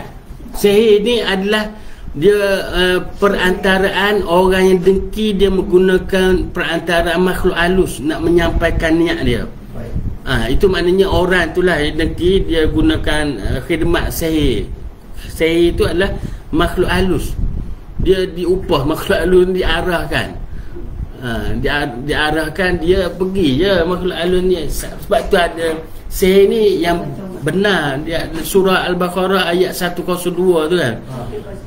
Tu pasal sihir lah. Asal sihir tu. Santau semua sihir lah. Ya, santau pun termasuk dalam sihir. Jadi tak semestinya kalau di atas santau kadang-kadang orang tak kena juga Ustaz. Tak kena. Kita baca ayat pendinding, baca bismillahirrahmanirrahim la yadurru ma'asmihi shay'un fil ard wala fis sama' wa huwas samiul alim wala haula wala quwwata illa billahil aliyil azim. Tak kena bang. Tak jadi. Kita serah kepada Allah. Allah sebaik-baik penjaga. Mana jadi kan. Dia sihir kan. Kita tengok Nabi Musa dengan yang Fir'aun tu kan, ular bertukar. Ular Nabi Musa boleh telan tu. Itu dia maknanya kebenaran ni dia menghapuskan kebatilan. Dia tak boleh lawan. Itu maknanya sihir tadi memanglah perbuatan manusia yang dengki, dia menggunakan khidmat makhluk halus untuk menyampaikan tujuan jahat dia tu. Cuma dalam pemikiran kita ni, kita kalau sakit, kita jangan percaya kalau Tok Bomo tu kata ni ada orang buat ni, dia yang salah. Itu pengamal tu memang salah dia. Kalau boleh kalau segi akta tu dia boleh dakwa. Memang kita nak elakkan benda-benda ni. Akta 775 ni dibuat untuk menjaga kesucian agama Islam, supaya tidak ada orang yang menggunakan salah guna kan. Dia kata ni sihir lah apalah. Sihir dia ada tanda-tanda dia, tapi kita tak boleh tahu siapa yang sihir. Kita kena yakin macam tu. Kita jangan, dalam pengubatan Islam ni kita bukan nak cari siapa yang buat, kita tak ada. Kita serah kepada Allah. Sebab syaitan ni dia boleh buat dengan izin Allah. Bagi sakit, bagi kita tak dapat rezeki, itu dengan izin Allah lah kan. Tapi macam kata tadi, maknanya sekiranya Allah bagi kebaikan, tidak ada siapa boleh menghalangnya kecuali Allah kan. Kalau siapa pun berkumpul untuk mendatangkan kejahatan kepada kita, tak ada siapa yang boleh menghalangnya kecuali Allah juga kan. Ustaz, ya. Baik. Kalau kita mimpi, orang tu bawa ajak kita ke tempat yang cantik. 7 orang baju putih semua. Macam mana tu? Kenapa? Jomlah pergi. Mimpi ni dia mimpi mainan tidur. Mainan tidur kak. 7 orang datang baju putih. Ya. Mimpi. Ya. Berapa kali akak mimpi macam tu? Berapa kali mimpi macam tu? 3 kali. Saya dengar, saya jawab, saya kata apalah, saya tidur mana saya apalah, dia dah dua kali. Tadi kena tanda-tanda tanda. Ya, tanda macam tu tak ada yang menyakitkan, tak apa. Kan? Mimpi indah lah tu. Dia tak ada ajak pergi tempat tema cantik tempat. Iyalah. Macam tu bagus tu kak. Tak payah keluar belanja, dapat tempat yang cantik. Kalau orang pergi melancong bayar berapa ribu? 10,000. Saya dengar saya jawab dengan bercakap dengan dia. Saya dengar cakap tak payahlah saya tidur mana, saya tak apa. Jualah pergi dia tu saya tak tidur. Dia tapi tak ada yang macam kak tak ada rasa sakit, tak ada rasa menyampah mimpi tu, tak ada. Rasa seronok kan? Seronok tak apalah kak.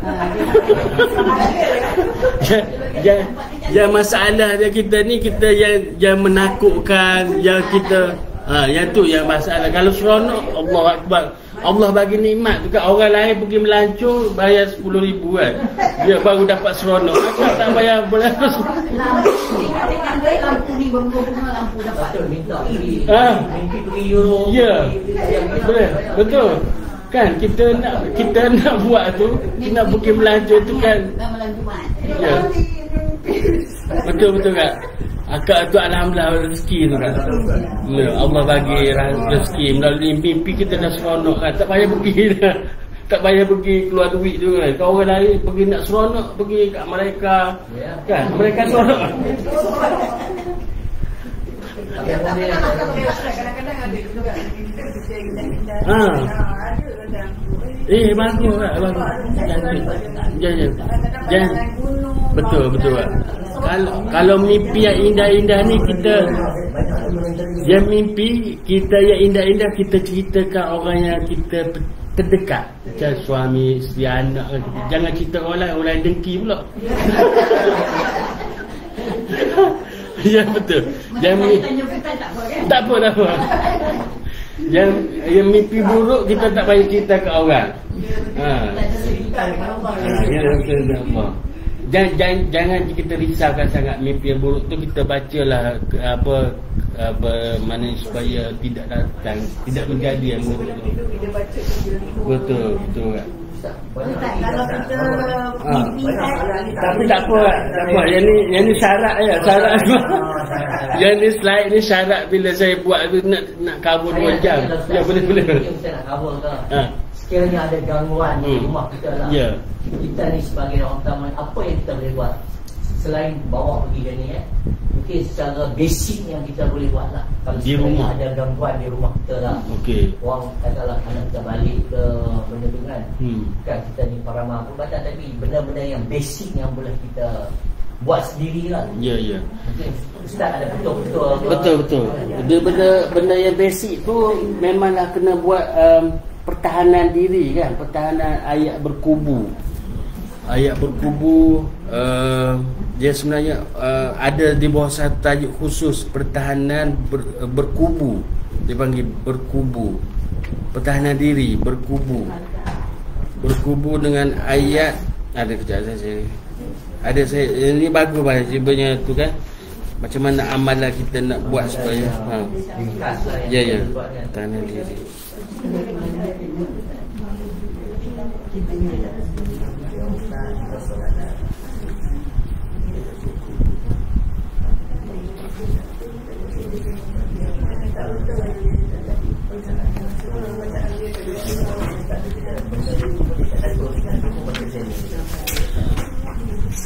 Okey, jadi kita boleh baca tadi kan. Pertama kita baca ayat kursi. Ayat kursi. 3 kor tu masa nak tidur. ayat campur ayat apa tu? Ya. Kita tiup dia kat badan dia ke macam mana ke, kepala sampai ke kaki. Ya, ni kalau kita agakkan ada gangguan. Belum ada gangguan. Belum. Kalau sudah ada gangguan pun macam tadilah. Kalau kita baca ayat kursi ni dia 9 wakaf. Dia ada petua 9 wakaf, bukan 9 tempat wakaf. Sebab berhenti kan. Okay, saya baca sama. 7 wakaf ya? 9 saya baca. 9 tempat wakaf.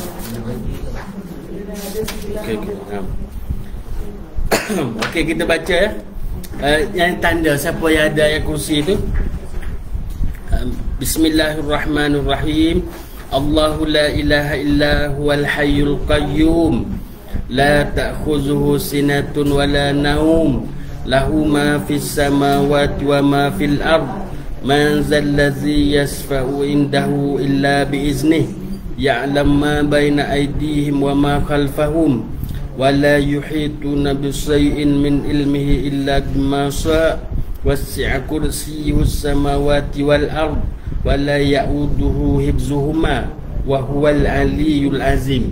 9 tempat wakaf. Ni kita baca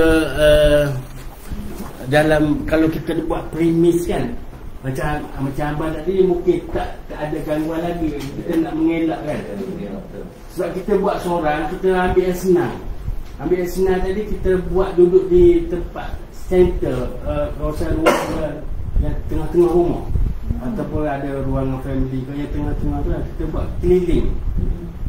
Keliling kita baca ayat kursi 9 wakaf ni. Tengok buku tak apa kan? Allahu la ilaha illa kita, tapi bagusnya kita bermula kalau boleh itu nampak simple sangat, buat daripada pintu utama kan. Pintu utama, katakan pintu tu. Jadi kita pegang pintu dulu, bacalah, baca Al-Fatihah dulu, selawat dulu kan, selawat dulu ni kita memang utamanya kita mengharapkan rahmat Allah kan. Nabi katakan selawat sekali Allah bagi selawat 10 kali kan. Allah bagi rahmat 10 kali, maknanya atas satu selawat. Jadi kita banyakkan selawat tu dengan tujuan rahmat itulah kita bermohon kepada Allah kan. Mudah-mudahan Allah memudahkan menyampaikan hajat kita. Selawat dulu lah. Selawat dulu. Selawat biasa pun boleh, selawat sifat pun boleh, apa saja yang selawat lah. Lepas tu baca Al-Fatihah, lepas tu baca ayat kursi kita 9 wakaf tadi kan. Kita bermula daripada pintu, kita keliling ikut tawaf, harus tawaf jam kan ikut. Lepas tu satu kali pun dah cukup, dia habis kat sana balik. Maknanya kalau rumah tu luas, panjanglah kita baca tu kan. Sambil kita ambil air doa, air Yasin. Kalau boleh air yang bolehnya, kalau kaedah merawat rumah ni premis, kita solat hajat dulu. Solat hajat dengan satu isi rumah yang ramai. Kalau boleh anak ada cuti, masa cuti minggu tu biar dia balik, kita nak solat hajat bersama, lagi ramai lagi bagus kan. Semua isi rumah yang ada tu kena turut solat. Lepas solat maghrib, solat hajat, lepas tu baca Yasin. Kalau boleh baca satu buku ni lah. Memang kita merawat rumah, kita baca daripada Yasin sampai habis satu buku. Kita zikir kan. Itu memang lepas tu tak ada gangguan, insya-Allah. Kita yakin sangat ini perbuatan kita bukan reka kita kan. Kita ambil daripada sumber-sumber yang Nabi buat, ayat-ayat Quran. Itulah apa. Tapi kalau mencegah bersama bang. Mencegah boleh.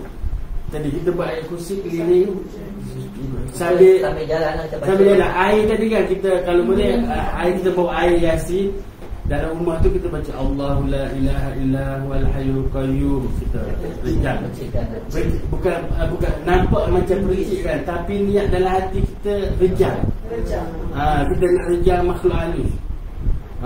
Dalam itu kita yalah kita rejam kan. Bukan nampak, walaupun kita ambil macam tu nampak, tapi kita niat rejam, bukan merenjis. Renjis ni macam renjis pengantin pula kan. So kalau renjis orang Kristen, rejam. Kita macam masa saya belum Islam dulu kan, kita orang macam tu lah kalau ni kan. Keliling rumah tu kan, kita bawa rosli tu kan, terus ada air kudus tu kan, kita renjis macam tu, kita semayang keliling.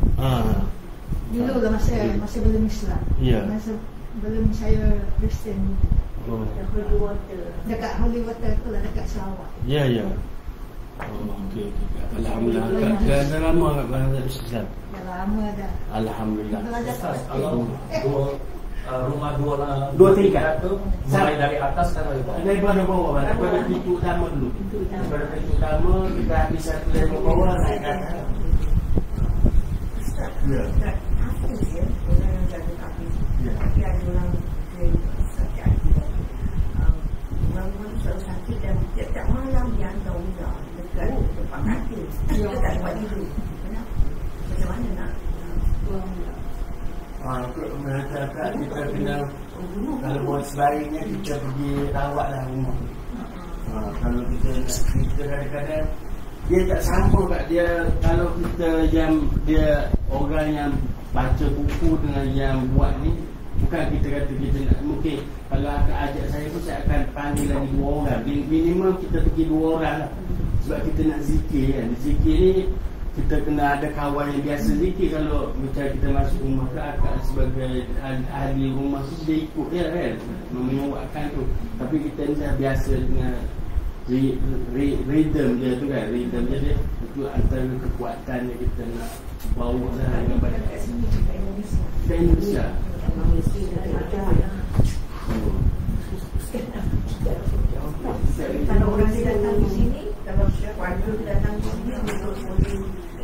banyak kali ular. Dia kan tiap malam.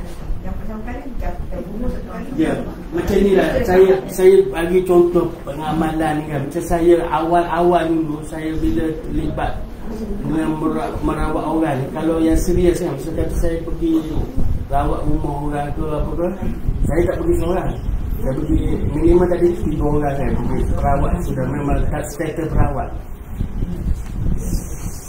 Anak saya call, ayah ada ular kat rumah. Asal kita duduk tengah merawat, kata Masya Allah, kita pun faham dah ni bukan ular main-main kan. Kata tak apa, adik masuk keluar bilik tu, biar je tutup pintu tu, semua pintu tu memang tutup lah kan. Dia kata ular tu tadi dia masuk bilik air tu memang dah tertutup. Semua pintu masuk pintu tu kan, dia masuk, dia tutup. Saya suruh dia tutup pintu tu. Jadi tak apa, jangan siapa yang masuk. Nanti ayah tu balik lepas sudah ni kan. Saya fikirlah hati, baca ayat kursi lah, macam-macam kita baca nak balik rumah kan. Balik terus kita pergi, buka tak ada. Ular kobra ya, ular hutan besar. Jadi dalam hati saya itu memang jin dah. Kan? Dia maknanya dia mengganggu kita sebab kita yang buat pertahanan lah. Kita nak merawat kan. Tapi anak isteri kita yang orang biasa, dia mungkin dia tak ada apa persiapan kan. Jadi menampakkan gangguan itu kepada family kita. Itu antara cabaran perawat ni. Jadi tapi kita jangan takut. Kalau kita takut, siapa nak buat lagi kerja macam ni kan? Semua tak mahu buat kan. Tak boleh. Kita kena ambil tugas tu, kita dah belajar, kita kena teruskan lah. Saya beritahu macam tu lah dengan family saya. Dahsyat Ustaz. Memang betul gangguan. Memang tu antara yang besar, ular. Tapi saya tak pernah tengok. Dia ganggu kepada isteri saya, anak mungkin saya. dia masuk dalam lubang tandas tu Ustaz. Tak ada lubang. Kalau ada ular, Lubang air tu memang dah tutup dengan yang penapi air tu. Tak ada tandas toilet ni kan dapannya kan, dia boleh mungkin masuk dari dapan. dia masuk tutup. Tapi tak nampak. Saya tak ada macam tu rasanya, tak ada. Hilang macam tu. Jadi harus buat apa dengan ular tu? Dia hilang sikit. Kalau ular tu dia gangguan, kalau kita jumpa dia, kita bagi arahan dia, kita bagi syarat 3 kali. Kita suruh dia keluar. Kalau kamu sebenarnya ular, kamu keluar. Aku bagi masa 3 kali aku sebut, kamu keluar. Kan? Kita kalau boleh kan, saya tak ada lagi dah. Tapi ada sekali ular betul. Ular betul sebab saya pun takut juga kan. Takut juga lah main ular betul. Kita takut, dia pun takut juga. Tapi kita ular betul bagi bomba kan. Saya kata tak keluar ular ni. Ni ular betul. Lepas tu memang panggil bomba datang. Besar Ustaz. Besar. Warna hitam. Saya rasa warna hitam. Tapi yang ni lain, yang betul ni bukan hitam. Dia macam kelabu. Atau ular liar. Bukan ular yang bisa. Saya tengok dia besar je, tapi bukan ular kobra, bukan ular ni, ular yang ular sawah tu, tapi dia macam color apa tu, macam plastik besar. Bukan, dia macam kalau kita nampak dia kelabu sikit. Tapi ular liar, kalau kita ambil ular liar ni, ular yang tak tahu bisa ke tak bisa. Kalau kobra tu dia macam tu kan. Kalau ular tedung sela dia panjang. Itu bukan ular, dia ni biasa-biasa ni. Itu bomba. Ustaz dekat hutan ke? Dekat hutan. Tapi yang tu memang betul bukan ular lah. Sebab saya dah kunci semua tu. Tapi kita betul lah petua dia. Jin.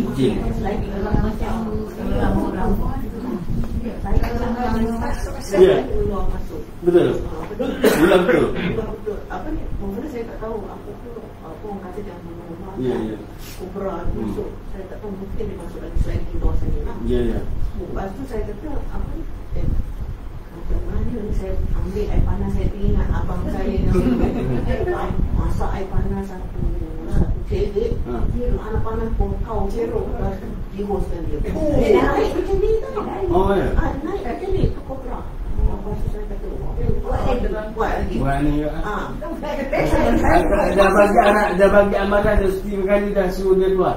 Masa tu saya tak tahu. Jadi saya fikir abang saya punya kerja macam tu lah. Kalau keluar masuk dia buat macam tu. Dia keluar panas.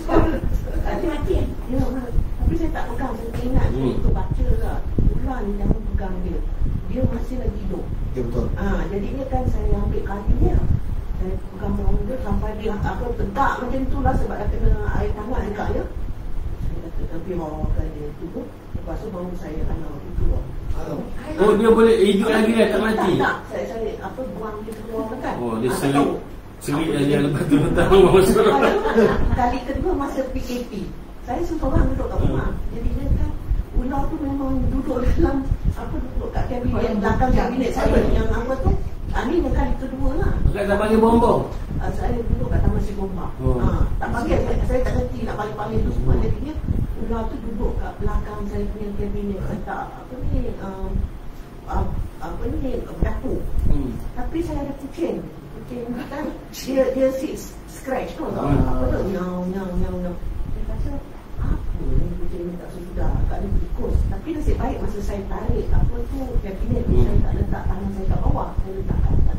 Saya tengok ular tu dah bergelik-gelik ke belakang. Besar dekat yang saya kata yang ular jenis macam batik tu.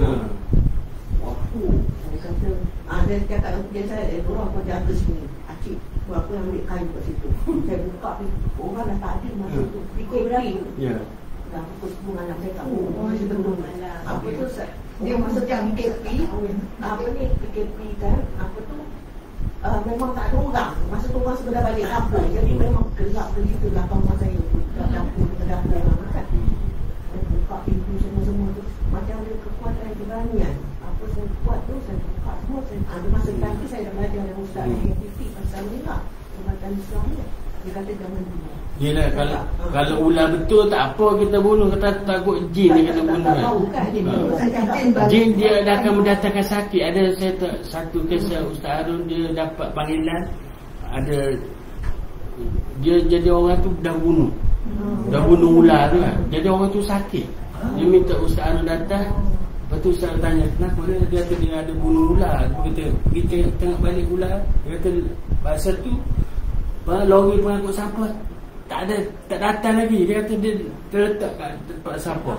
Tapi pergi cari tak ada ular. Sebab orang ni dah sakit. Lepas tu Ustaz Harun doa lah. Tapi saya cakap juga jadi bahaya juga kalau maknanya kita, sebab tu kalau apa ular betul kita bagi arahan dulu 3 kali ya. 3 kali kalau ikut sebuku 3 hari tak dijual gitu kan. 3 kali boleh. 3 kali kita sebut bagi arahan. Kalau masuk tu saya cakap apa jangan kamu lah aku suruh apa tu. Lepas tu tak nak dia naik kepala dia macam betul ular tu. Yang kali kedua tu saya cakap dia akan keluar. Dia dah lilit pada saya punya. Saya ada kayu kat rumah panjang macam ni lah. Dia dah lilit, saya ketuk. Keluar pintu belakang tu saya dah buka kan. Pintu dapur kan. Lepas tu kan saya kata saya jangan nampak macam ni. So kenapa dia keluar? Bila saya tengok dia tak tahu pergi mana. Kat belakang tu saya tak tahu. Memang sebab sama lah kat belakang tu. Saya nak cakap rumah house itu dia. Bahaya. Tak ada apa terjatuh kat sana kan. Banyak pintu ni saya cari rohani. Okey, yang kita masuk ayat untuk berkubur ni kan. Dia ada bacaan dia. Tak ada aku bawa. Ni mana kita nak buat pertahanan diri kan. Ni ada satu spesifik doa ni. Dia namanya ayat berkubur dengan satu bacaan A'udzubillahi minasyaitonirrajim. Tahassanna bihusni la ilaha illallah Muhammadur Rasulullah. Aku berlindung dengan Allah daripada syaitan yang direjam. Aku berkubur dengan kubur tiada Tuhan yang disembah melainkan Allah dan Nabi Muhammad Rasulullah. Cara amalan ini adalah berdiri menghadap ke hadapan. Kalau boleh kita buat mula-mula kita menghadap kiblat. Kita kena buat pertahanan diri macam siapa nak buat dalam rumah lah. Kita berkubu daripada macam ada orang nak sihir. Kita cuba paling tidak satu rumah kena buat sekali.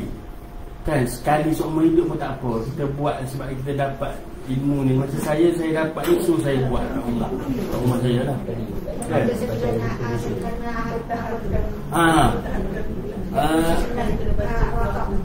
Tak, ni ayat lain. Ni ayat lain kaedah dia ni. Kita baca satu ayat ni. Tahassanna bi husni la ilaha illallah Muhammadur Rasulullah. Aku berkubu dengan kubu tiada Tuhan yang disembah melainkan Allah dan Nabi Muhammad Rasulullah. Kan kita baca tu kaedah dia, kita menghadap kiblat. Kita baca ayat ini, kita tiup misalnya kata ni kiblat kan, dia panggil pertahanan 7 penjuru angin. 7 penjuru angin namanya kan. Ayat satu ni yang kita baca ni untuk dalam rumah kita. Bukan surah dia bacaan ni. Sekali lagi satu ayat ni, cuma kaedah dia kita berdiri katakan ini kiblat kan. Kita berdiri dan kita baca ayat ni lah. Kita baca dengan sehingga habis nafas dan kita tiup kan. Kita baca ni, kita tahan nafas, kita tiup ke arah depan mula-mula kan. A'udzubillahi minasyaitonir rajim. Tahassanna bi husni la ilaha illallah Muhammadur Rasulullah. Maksudnya aku berkubu dengan kubu tiada Tuhan yang disembah melainkan Allah dan Nabi Muhammad Rasulullah. Kita berdiri dan kita baca ayat tadi, kita hembus hingga habis nafas. Ni kaedah pertama. Kita pusing pula ke ni kaedah arah yang satu lagi. Arah yang kedua lah sama juga. A'udzubillahi minasyaitonir rajim. Tahassanna bi husni la ilaha illallah Muhammadur Rasulullah. Kita tiup sampai habis nafas lah. Di mana kita tiup ni, kita tiup kepada sini. Kita tadi silap, bukan ke depan je, tapi kita bergerak kiri kanan. Mula-mula tengok, lepas tu kiri kanan lah. Sehingga habis nafas. Baru berani pula baca pula kan. Sama berani pula sini baca pula tadi. Berani pula sini baca sini. Kan, berani sini. Yang ni kita baca ke bawah dulu. Ke bawah kan, kita tiup ke bawah baca A'udzubillahi minasyaitonir rajim. Tahassanna bi husni la ilaha illallah Muhammadur Rasulullah. Tiup kita panggil ke bawah untuk pertahanan angin daripada bawah arah ni. Lepas tu yang satu lagi ke atas pula tiup. Dia tepi kanan juga lah. Lepas tu yang satu lagi dia panggil 7 corner ni, kita hisap nafas. Kita baca A'udzubillahi minasyaitonir rajim. Tahassanna bi husni la ilaha illallah Muhammadur Rasulullah. Seolah bila kita sedut hisap nafas yang habis ni, kita pandang seolah-olah kita dalaman, kita bertahan juga. Ini dia panggil 7 penjuru angin. Boleh ambil gambar dia? Boleh nanti saya share. Boleh, siapa nak ambil gambar? Ada apa macam ni kami buku dah. Buku ni ada. Dalam buku ni muka surat 44. Tapi buku ni dekat Koperasi Darul Sifat dia jual. Tapi saya tak ambil tu. Oh, ada nama lagi. Mana yang tahu nak guna bawah lagi. Kan? Bila bawah ni satu. Ya dah. Saya nak satu. Tapi saya tak bawa ini. Tak. Yang ni komplit. Yang ni dikirakan buku yang ditulis Ustaz Arauti yang autentik, yang tak ada. Yang macam ni lah.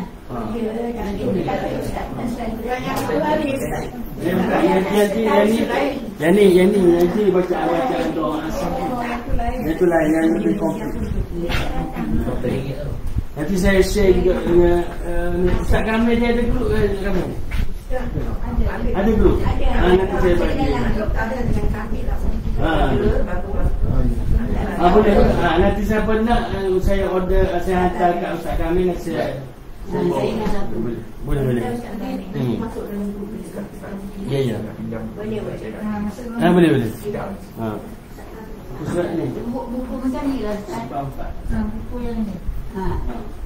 Dia ada jual. Berapa dah beli? 15. Yang tu RM15. Tapi tak boleh, saya boleh ambil daripada koperasi, saya bawa dekat pusat kami. Baik. Boleh ya? Jadi kita ada lagi. Boleh? Yang itulah menjadi buku kebanggaan Ustaz. Dia tulis, dia masih ada dengar daripada tulisan dia. Nak tanya boleh. Kalau ada orang tanam benda kan, benda bawa dalam rumah kita, kita dah terkorek tu kan, benda tu bukan untuk kita, tak pegang orang lain, tapi dia punya santau tu terkena kita, macam mana, apa nak buat? Oh, yang tu kat dia sebenarnya sebab tu dia ada ayat, dia panggil ayat pelindung diri, pembatal sihir nama dia. Kalau kita nak tolong orang, ada ayat-ayat dia. Kita nak buang macam tu kan, macam akak buang, dia bukan simply pergi buang tu, ada ayat pertahanan untuk kita buang. Ada ayat dia. Sebab tu InsyaAllah dia ada kaedah kan. Macam kita nak ambil yang kita syak kini berbahaya, ada ayat dia. Kita batalkan sihir. Kita boleh batal. Baca ayat dalam Quran. Boleh ni, dekat buku ni ada ayat, dia namanya ayat pembatal sihir. Jadi kalau kita berurusan dengan benda-benda barang ni, memang kena baca ayat ni. Bismillahirrahmanirrahim. Ma ji'tum bihi sihr innallaha sayubtiluh innallaha la yuslihu amalal mufsidin wa yuhiqqullahu al-haqqa bikalimatihi walau karihal mujrimun. Ini ayat asas yang kita baca lah. Tapi kalau sebenarnya kita berhadapan dengan risiko ni, kita baca panjang lah. Kita pun mahu bersungguh lah kan. Apa yang kita tahu, kita baca. Tapi niat kita minta dengan Allah ini asbab kita berikhtiar kan, melalui bacaan-bacaan yang betul, permohonan kepada Allah. Itu kan ayat pembatal sihir namanya. Jadi dan benda tu kita musnahkan lah. Kalau tu tadi kita musnahkan, biasanya kita bakar, musnahkan, bakar. Bukan. Ya nanti orang laut jumpa kena. Tapi benda tu kan bakar atau tanam dia dalam sikit lah. Kalau kita malas nak tapi sebenarnya kan dia barang-barang tu dia macam acak-acak je. Kalau kita buka bukan ada apa pun. Dia kata ada emas, tapi sepanjang saya buka tak ada emas pun. Dia ada tulisan macam ada paku ataupun rupa macam emas tu, bukan emas kan? Dia betul warna gold, warna ataupun tulisan atau sebagainya. Dia tidak ada harga macam-macam tu kan. Dia cakap ada emas lah kan. Ada orang buat pelaris kan, dia kata ada emas, duit emas, padahal tak ada apa pun. Kita buka dia barang-barang besi logam yang lama macam tu je.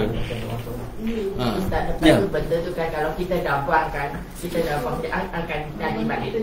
Tak, insyaAllah. Sebab tu kita kena baca ayat-ayat ni kan. Bila kita yakin, kita kena buat dengan yakin, dengan sebab kita serah kepada Allah.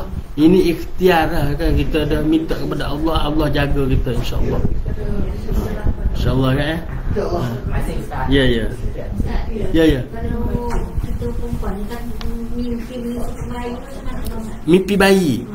Oh, mimpi bayi, menyusukan bayi itu tanda-tanda tipikal gangguan. Tanda yang gangguan yang betul-betul gangguan tu tak? Kalau mimpi menyusu bayi. Akak dah kahwin ke belum? Masih mimpi bayi lagi. Tengok. Macam budak kecil tu. Mimpi budak-budak kecil. Sama juga. Dia tu tanda-tanda gangguan lah. Gangguan. Ustaz, saya nak tanya. Ya. Kalau terjun dari bumbung kita jatuh ke bawah ni apa? Iaitu mimpi gangguan juga, jatuh daripada tempat tinggi. Betul. Masalah tu kali ini. Ya. Ya. Ha. Bukan gangguan. Gangguan tu. Gangguan tu kami baca masa tu mungkin tak payah 3 kul baca. Masa Tumpul. Baca 3 kul baca. Baca 3 kul supaya tidak mimpi gangguan. Nak tidur baca. Nak baca. Baca ayat kursi. Banyak baca lagi bagus. Banyak yang tak baca. Betul. Sedangkan yang ni kalau kita malas sekalipun kita jalan tinggal 3 kul. Betul. Bukan saya pun kadang-kadang kita mengajar orang ni kita baca. InsyaAllah baca lah. Kadang-kadang juga lah macam apa. Bila saya ingat mimpi siang.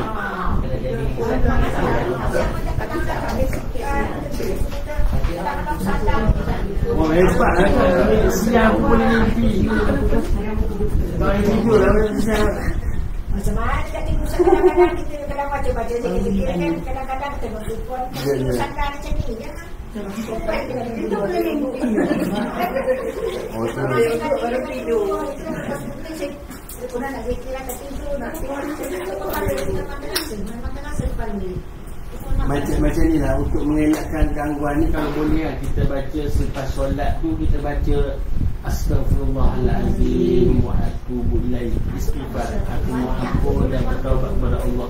Ini amalan-amalan yang saya dapat daripada Ustaz Harun lah. Kita baca 100 kali selepas solat fardu. 100 kali.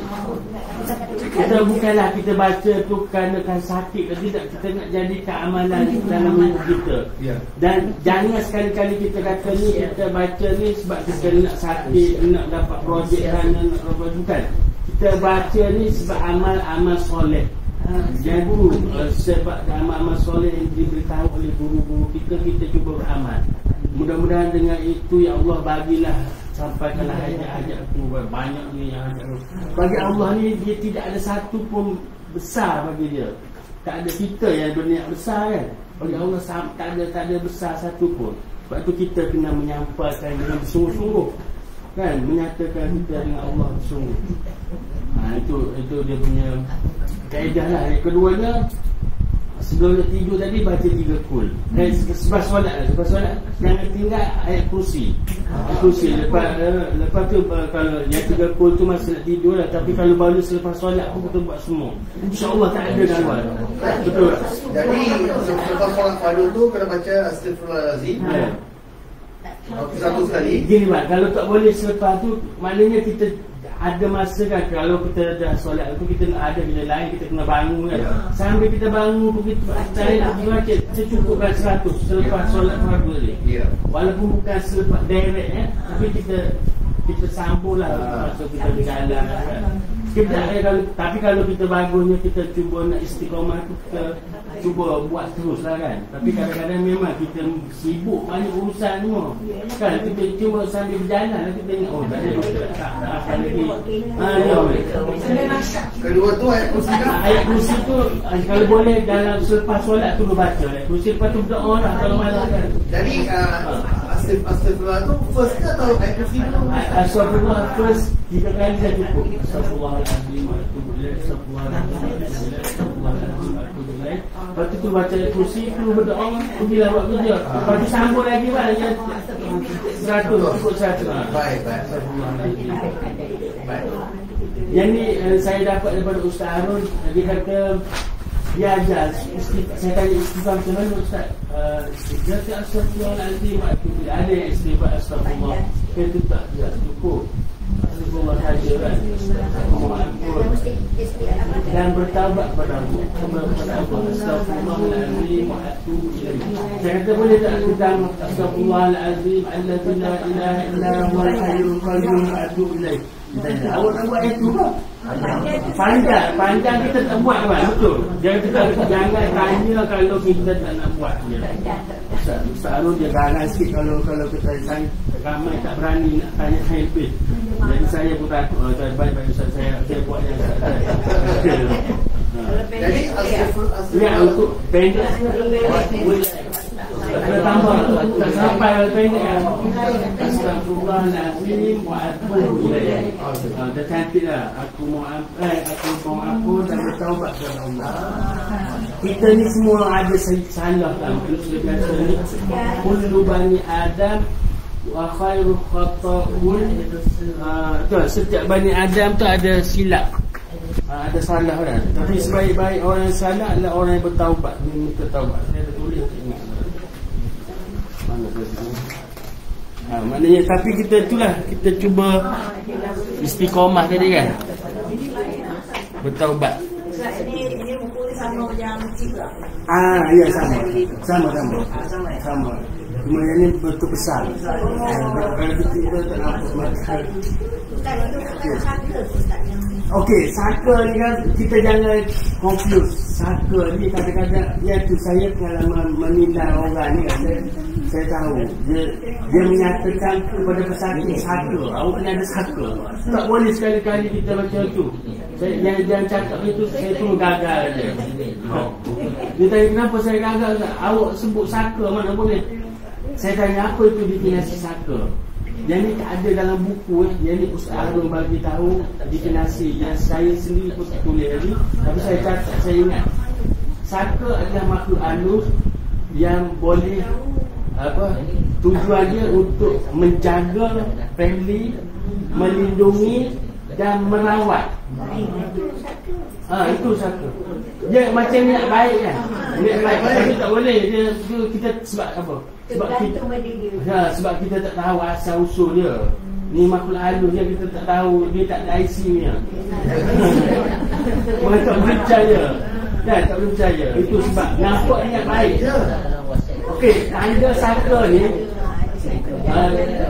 bila dia sakit, misal kata kita ada saudara, kita bawa pergi hospital, dia marah sangat kita ni. Kenapa bawa pergi hospital? Lepas tu kita panggil orang merawat, dia marah juga kita. Kenapa panggil? Sebab saka sendiri nak rawat dia. Itu tanda saka. Yang sakit kerana ni, kalau tak ada tanda tu bukan saka, tu gangguan biasa. Ada saya jumpa memang tu ada saka. Dia datang, dia merawat malam. Tu dia sembuh. Dia tak boleh berjalan, tiba-tiba dia bersembuh. Tiba-tiba dia datang kat sebab dia tanya saya. Saya tanya dia, akak ni ada belajar apa? Dia tak ada belajar, tapi ada saya perasan dalam mimpi ada orang datang merawat saya. Dia jadi sembuh pagi tu. Itu memang saka. Bila ada apa? Kalau mati, saka tu mana? Macam mana? Kalau dia meninggal, saka tu dekat family. Sebab tu dia ada kaedah dia merawat saka ni, kita kena berkumpul satu layer family. Misalnya dia saya ada beradik saya. Adik-adik saya ni yang ada semua kena berkumpul, kena buat deklarasi. Maknanya kita tak mahu lagi mengharapkan bantuan ke apa-apa saja khidmat daripada dia. Kita mahu dia pergilah mana-mana. Ada bacaan dia, apa tak ingat bacaan dia. Ada bacaan dia. Ya, ada spesifik. Sebab tu dia punya wording ikrar tu pun kena sama. Dilafazkan dalam masa yang sama, serentak. Dia tak boleh. Sebab tu tujuan berkumpul tu untuk lafazkan ikrar tu. Satu level adik-adik ni kan. Kalau peringkat ayah, peringkat kategori adik-adik ayah lah. Kita akan tanya dia, itu ada teks ikrar dia. Lepas tu memang insyaAllah tak ada. Betul. Ada macam kita boleh tengok orang yang ada saka kat sini tak? Saya tak boleh tengok orang yang ada saka. Saya boleh tengok orang yang biasa ni. Orang kata kalau bapak kita bersaka, dia tinggalkan anak dia tu. Itulah saka yang itu tanda dia kan. Kalau dia boleh merawat tu mungkin saka. Kalau dia biasa ni, gangguan ni, kadang-kadang dia bukan saka, dia bisa gangguan biasa. Saya bilang Dia tak ganggu kita. Boleh rawat saya macam saya boleh tak merawat diri sendiri. Boleh kita baca tadi macam buku ni pun biasa yang pesakit kan, kita bagi dia jumpa kita bekalkan supaya dia belilah buku ni kan. Buku ni tak mahal, dia RM3 kecil tu. Jadi dia dah nak harga sekarang RM6 dulu RM5. Buku doa. Ada boleh beli kat kedai.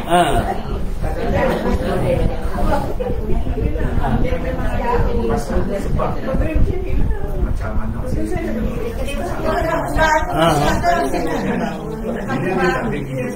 dan kita buat banyak kali berjumpa dengan perawat-perawat yang lain. Dia kata ada satu tak boleh dia perawat macam tu tak boleh pakai. Salah dia. Memang dalam konteks kita dengan KKM tu kita dah kita tak boleh kata sakit. Tak ada. Sakra tu memang tak ada tanda 3 tu lah. Kita pun tak payah dah beritahu dia ada sakra kan. Dia takut orang tu. Betul tak? Tapi kalau maknanya kita tanya balik apa yang dia kata dia ada sakra, dia ada ke tanda 3 tanda tu. Kalau tak ada tu bukan sakra. Jadi gangguan biasa. Okey, kita mudah sampai pusat.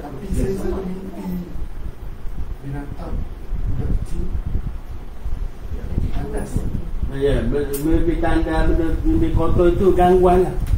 Budak kecil tadi kan macam budak menyusu baby semua. Kalau baby menangis ya. Itu gangguan. Menangis dia macam dia tak berhenti. Yang kami macam tadi lah. Ya.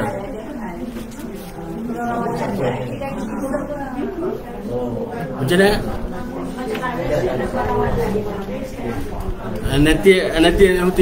Nanti kita berhubung nanti dengan Ustaz Kamil kan, siapa nak buat nanti insya-Allah kita jumpa lagi lah kot.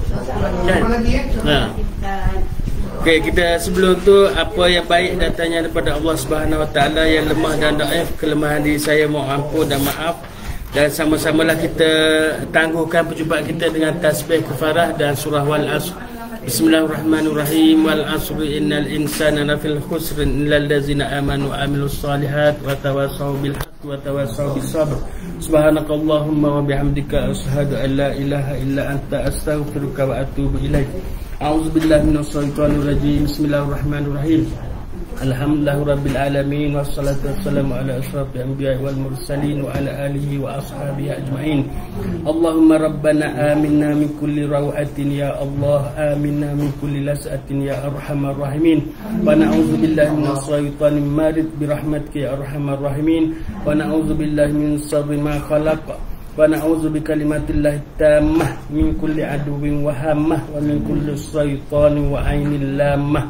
Wa na'udzu billahil wahidil majid min kulli aduwwin wa hasid. Wa na'udzu bika min hamazatus sayatin. Wa na'udzu bika rabbi an yahdurun. Allahumma musarrifal qulub sarrif qulubana ala ta'atik ya muqallibal qulub tsabbit qulubana ala dinika. Allahumma ighfir lana dhunubana wa liwalidayna warhamhuma kama rabbayana shaghira. ولجميع المؤمنين والمؤمنات والمسلمين والمسلمات الأحياء منهم والأموات برحمتك يا أرحم الراحمين. اللهم ربنا آتنا في الدنيا حسنة وفي الآخرة حسنة وقنا عذاب النار. دعواهم فيها سبحانك اللهم وتحياتهم فيها سلام وآخر دعواهم أن الحمد لله رب العالمين. تقبل الله منكم. Terima kasih semua. Assalamualaikum.